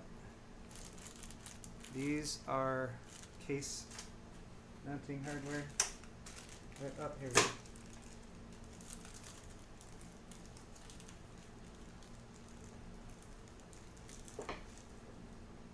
1, 2, 3, 4, 5. Oh look, exactly 8 of these. That must mean that they are the correct ones to use. Alright. Man, I thought it was almost done, and then I had forgotten about the CPU cooler.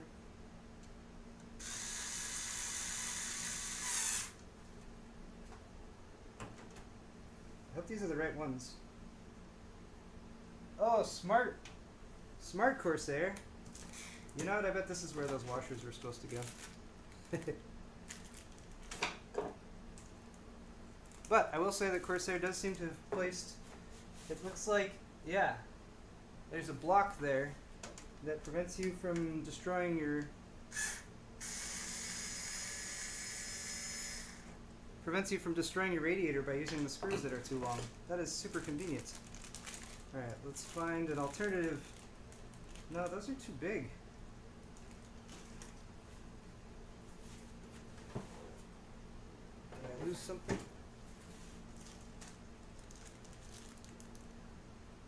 Or do they want me to use these? They might want me to use... Those are too small. Curses. Well,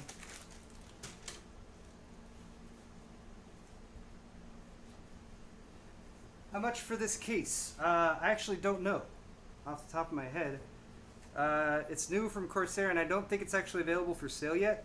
So I'm not positive about that. I feel like it's in the $150 range, but don't quote me. And I may or may not need to find some replacement screws for this. Yeah, I think I do.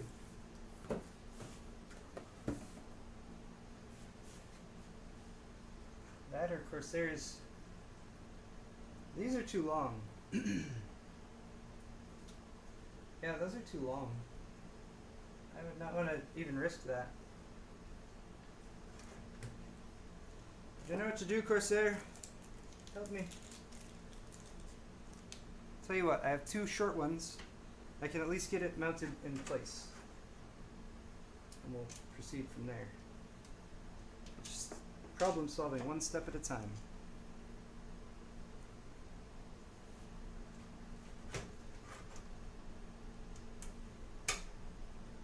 Ahaha.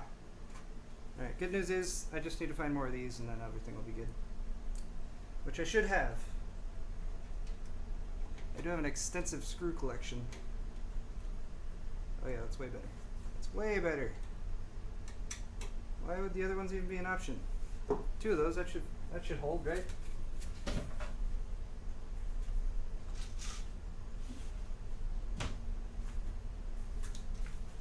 Alright. Don't tell Corsair this is a Fantex accessory box. Sorry. I'm sure no one will let them know. Alright. So this is why whenever I build a system and I have like leftover screws and stuff like that, I never chuck them. I just put them in my big box of screws and stuff, and then in the next build they come in handy.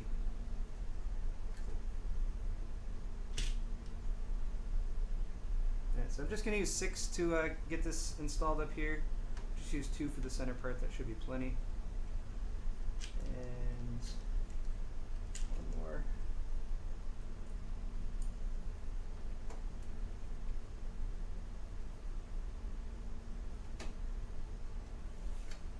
Yeah, one thing you should always keep an eye on if you're mounting a radiator like this is always try to use the screws that came with the radiator if you can.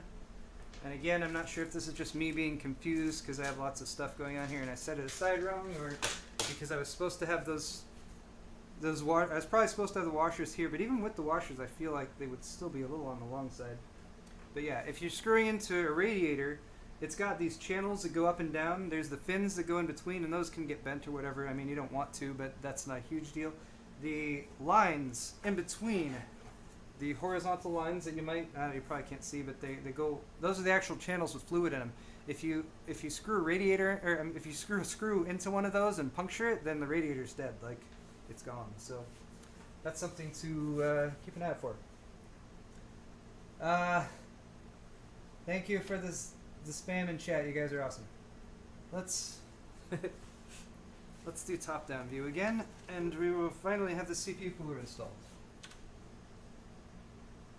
Yay.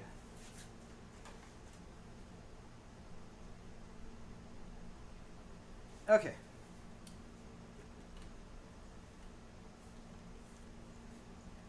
Can I do this with the Corsair logo in the right orientation?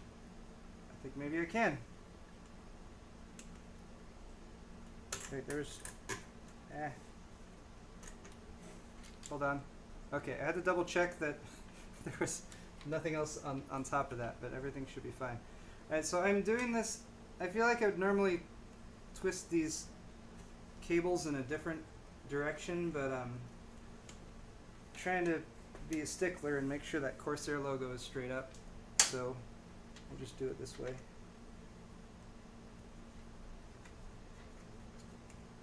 Not tightening these nuts down yet. I am simply getting them on all 4 corners.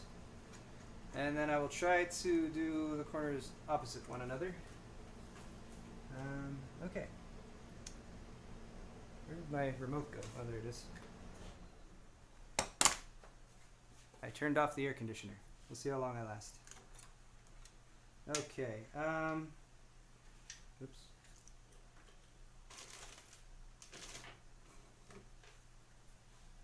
Uh-oh. Help, I've lost one of these nuts. I misplaced a nut. The nut placed. What did I do with it? Did it roll off the table? Is it in my pocket? Is it installed and I didn't notice? Oh man.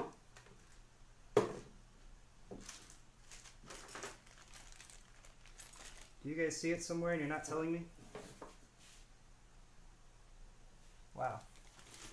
I don't even want to look at YouTube chat right now. It is been taken over. Ah, there it is. Rolled under the case. Okay.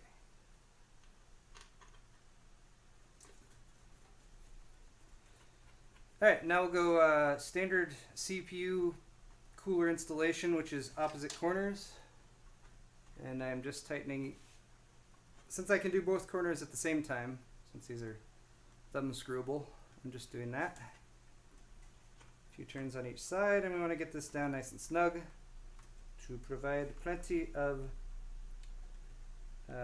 pressure between the copper plates on the CPU cooler and the CPU heat spreader itself.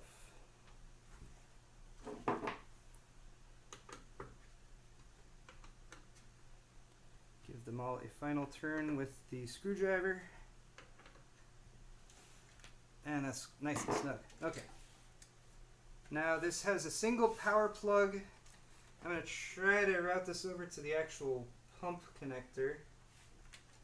Can I go under this? Oh, that's sneaky. Don't try this at home, kids. I do not know if this is recommended or not, but I routed that cable underneath. Oh wow. This is strange. Look at that cable management there. It starts out over here. I tucked it under there, and it pops out here. It sneaks here underneath the the memory, and then right over here to this fan header or pump header.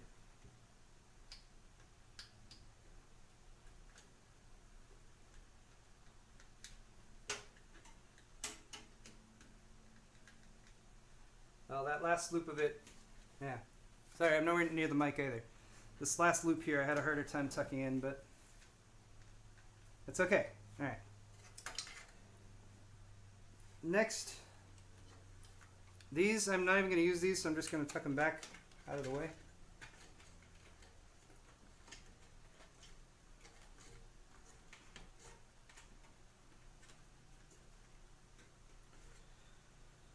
And that should do. Okay. Now, I think we are ready for graphics cards. Praise be to Allah. All right. Graphics cards.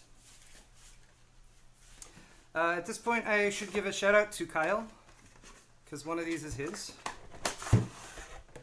I did, again, contact ASUS because I wanted to do all ASUS stuff in here with the X99 board and Strix, because they have their Aura lighting software, which allows you to control it all, and I wanted to try that out, but alas, they didn't have any available for me.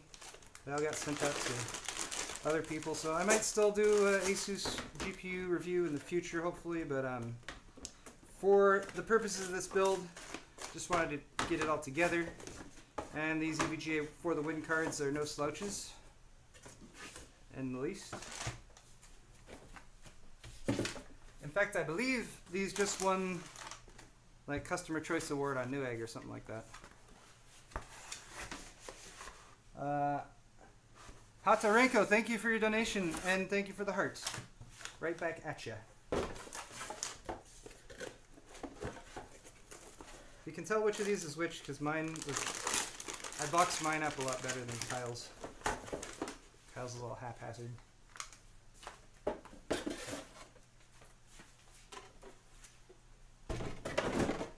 Alright, I'll clean all this stuff up later. Uno.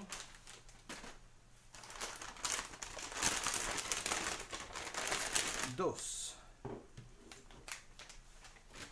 Wow, this is definitely mine because I put all these covers back on and everything. See, Kyle's has nothing. I haven't put the plastic back on the back plate. That's silly. Alright. Yeah. What do you guys think about these SLI covers? You keep them on or you take them off?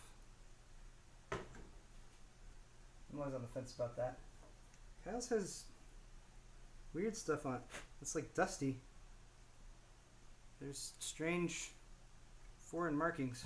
Hold on.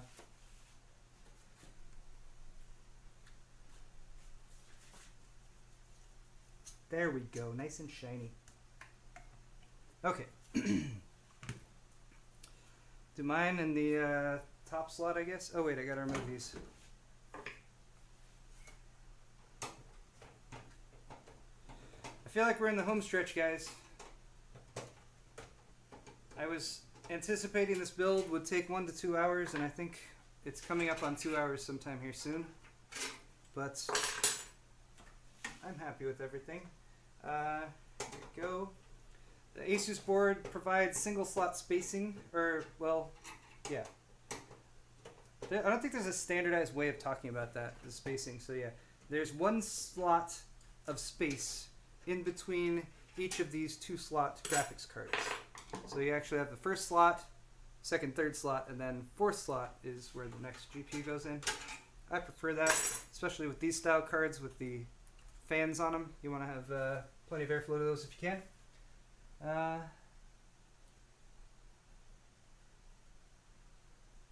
Alan Warwick, thank you for your donation. He's used the H100 IV2, and he says if you flip it so that the tubes are back here, it's a little bit more natural, which I might do. I'm going to leave it as is for now, just because it is functional and everything's installed, and I don't think I'm going to have any conflicts as far as the tubing and everything goes. We'll see how that looks, and maybe I'll get some feedback from people and see if it's really bothering that much. I don't think it looks too bad as far as the tubing goes right now, but yeah. 1 slot space. Okay, let's do top-down view here for the installation of the graphics cards. Not that you can see it or anything.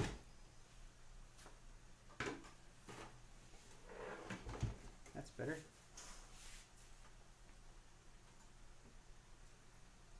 Alright, we'll do Kyle's on the bottom. That's how he prefers it.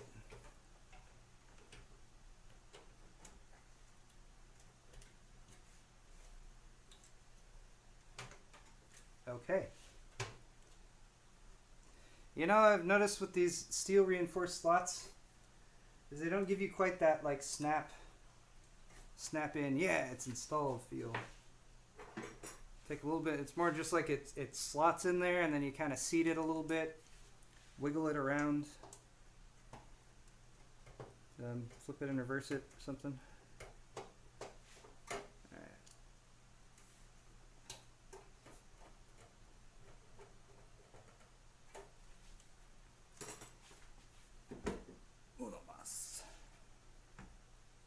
Oh, plastic. Oh, wow, I didn't even think about this. Oh, praise the Lord. Wow, that would have kind of sucked.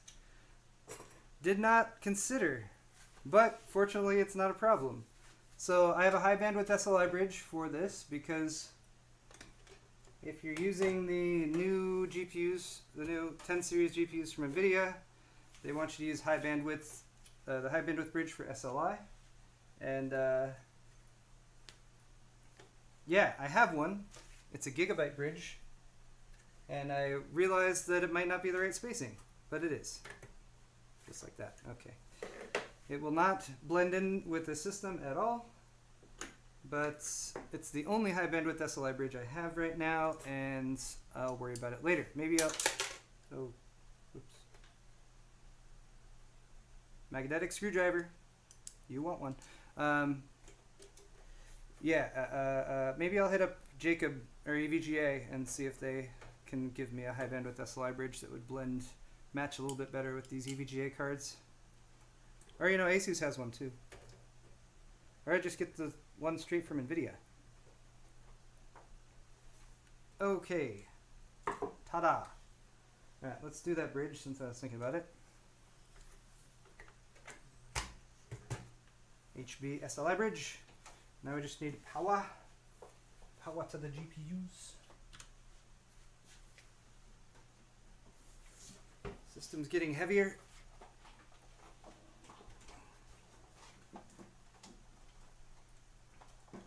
Alright, I kind of waited on this because I wasn't sure where the best place would be for these to pop out.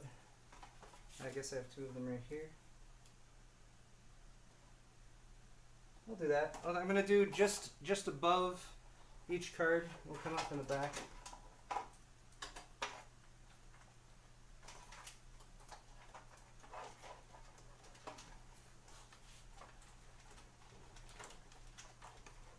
And oh man, those extra plugs. Those are gonna bother me.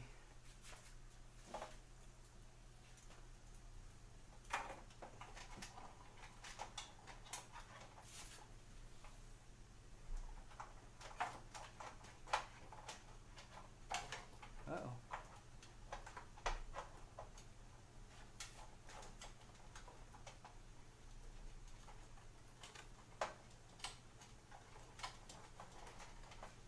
Sweet. Wait, no. Not sweet. Give me on. Stop it.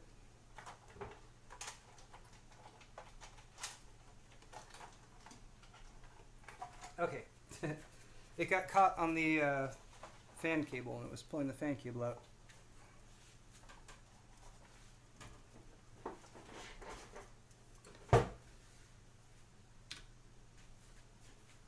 Final part. I think this might work. So I'll come around with each one like this to connect. And then I'm just going to take that extra daisy chain from each one. If I was doing this permanent and I didn't care about voided warranties, I have been known to just snip these off before. Snip them right down at the base, make sure there's no wire loose or anything hanging around that could short on anything, and that has worked for me. But since I'm not interested in voiding warranties right now, I will just go this route. Hey, go in there. There's two.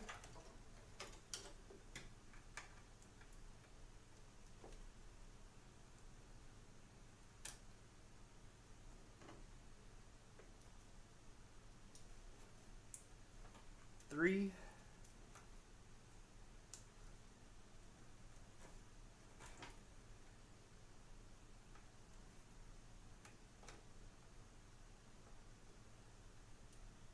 Oh, so close. Why are you being like this? Don't be like this.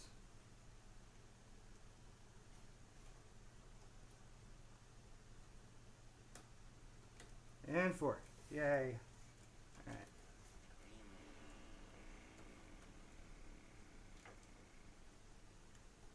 Did anyone hear that? That was Hero. He just farted. Hero just farted. Pretty. He doesn't. He's not like a dog that farts all the time, but when he farts, man, it sounded like a human fart. Anyway.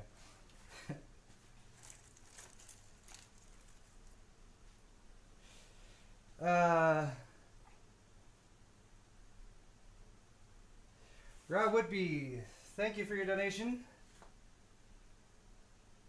Can I stream more at this time? I could try. Morning is a good time for me to record usually, especially during the summer because it gets so hot here. But yeah, I'll definitely consider doing this more often so you guys can watch from the UK. What would I recommend? A Case 70 from Corsair or a Master Keys Pro from Cooler Master? That is a difficult decision. I have the Master Keys Pro. I use that over there. I do have a K70, although I haven't really. It's actually a K70 that you can't buy because it's the one that came out with. Well, maybe you can now. I don't know. You remember the Corsair, the tramp stamp logo they were going with for a while, that they cut off. Hold on. I had one during the tramp stamp logo era that was actually right as they were starting to create that, so they made some that didn't have the tramp stamp logo, and I've got one of those. Anyway, point is, they're both good keyboards. I would say this. The nice thing about the Master Keys Pro is you can control it all with the keyboard itself. So once you figure out how to like do the commands and whatever, you can just punch it onto the keyboard. You don't need to look at software or anything like that. So that's kind of nice because you can, means you can take the board on the go and that kind of thing, and it will still work. However, It's not quite as feature rich as far as being able to do lots of RGB stuff like the K70 is. So I would say base it on that. I mean, if you're not particularly picky about the aesthetics of either one, then base it on what you want to do with it. If you think the convenience of being able to program stuff into the keyboard itself, even colors and stuff like that, it's pretty feature rich what you can do with it just without software. Then go for the Master Keys Pro.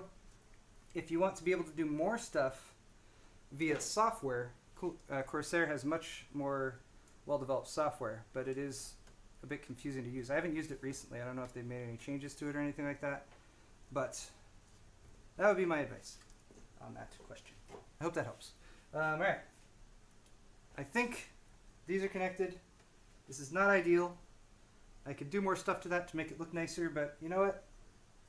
This is all together. So why don't we do the next bit, which is first making sure that cables are managed more or less.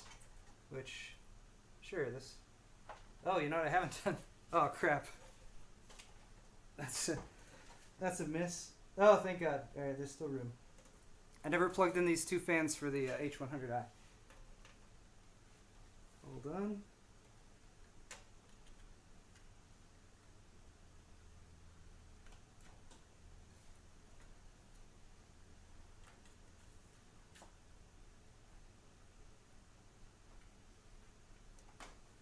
All right, fans are plugged in.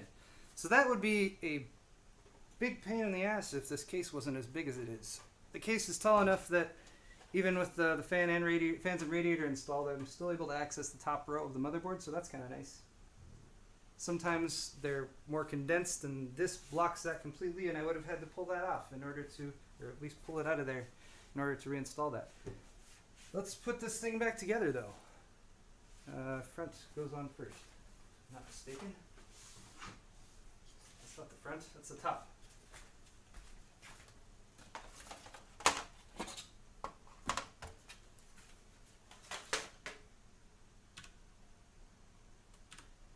I also realized I never switched the camera back. Sorry about that. Alright, here's the front. Front does not go on the back, front goes on the front.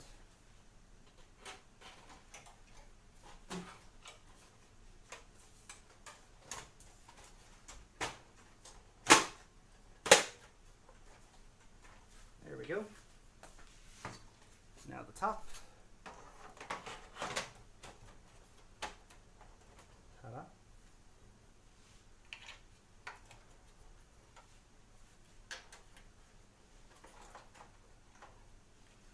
Now, if you guys want to see my cable management, it doesn't exist. It's just a myth. I'm literally leaving all this stuff just as is because there's nothing back here that's a concern for me as far as getting hot. Power supply has its own airflow, so I'm just going to wedge it in there.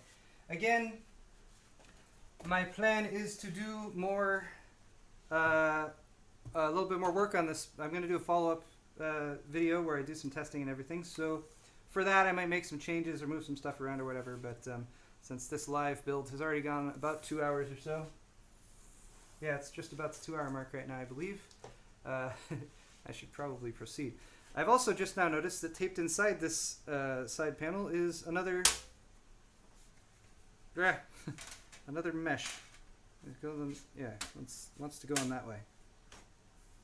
There we go. So yay, another mesh intake cover for the power supply. That's also nice.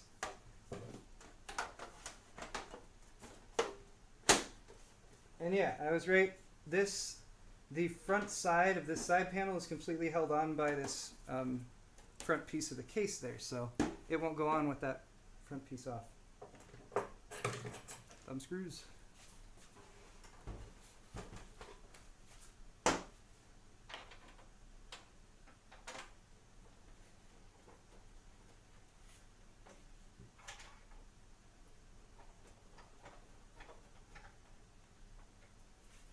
Okay. Okay, now stuff is bothering me.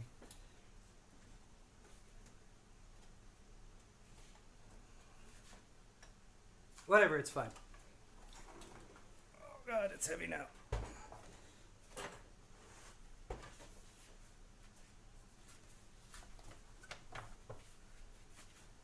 Alright guys, so there's the build. Ta-da! What do you think? I think these orange accents on the Gigabyte SLI bridge are kind of bothering me. And I think I want to plug it in and make sure it works.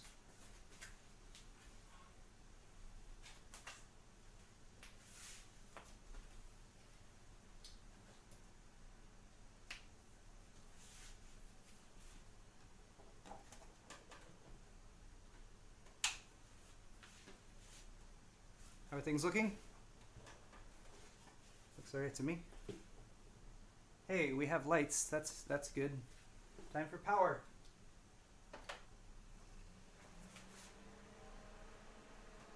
Yay! It's glorious. Alright, I'm gonna go behind the camera and zoom in on it and stuff.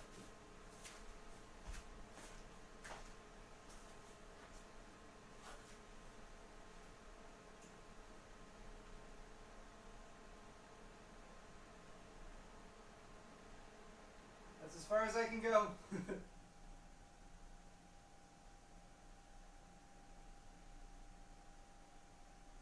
Yay.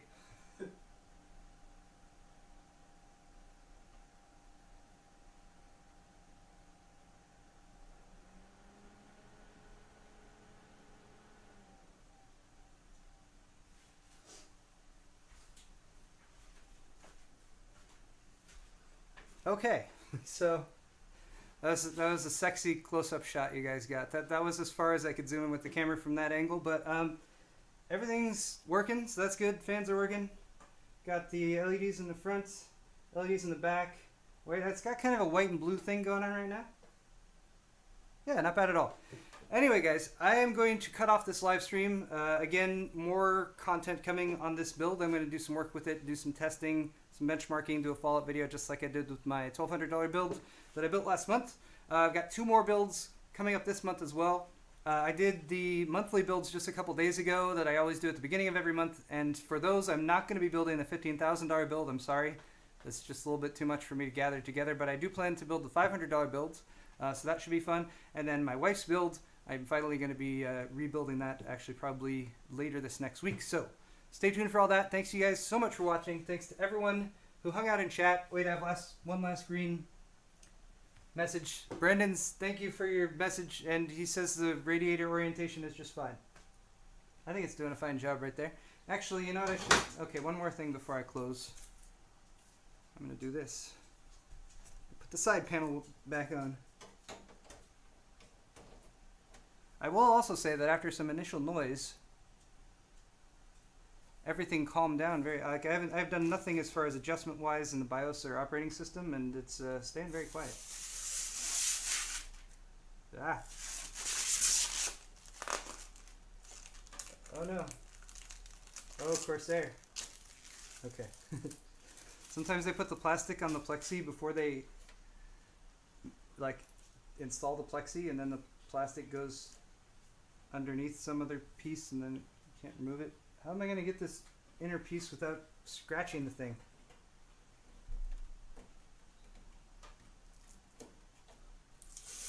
Aha.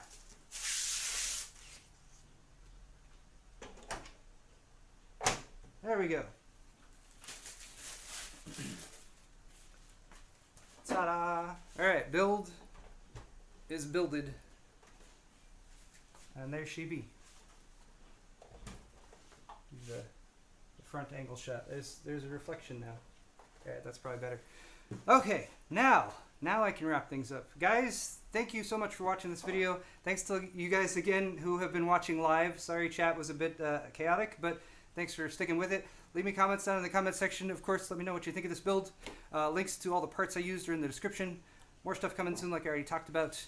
If you made it all the way to the end of this video, you get extra bonus points as well. Thanks for watching, guys. See you later. Oh wait, I got another $5 donation. Ryan Baker, thank you. Thank you for your donation. Trying to keep me from leaving. Alright, so Would a 240 millimeter radiator be okay for 2 Fury X's? I would say yes, because one Fury X uses one 120 millimeter radiator and it seems to do fine. More radiators might give you lower temps, but you're probably fine with a 240. And is it possible to replace the EK Predator tubing with hard tubing? I think it is, but don't quote me on that. It all depends if on the EK Predator has G1 quarter or standard fittings on the radiator and pump unit or whatever itself. You need to double check that, or the block. If you can remove those and replace those fittings with hardline fittings, then yes. And I would think that EK would probably do that. But yes. Anyway, thanks for watching, guys. Bye, everyone. Where do I click? Oh, no, over here.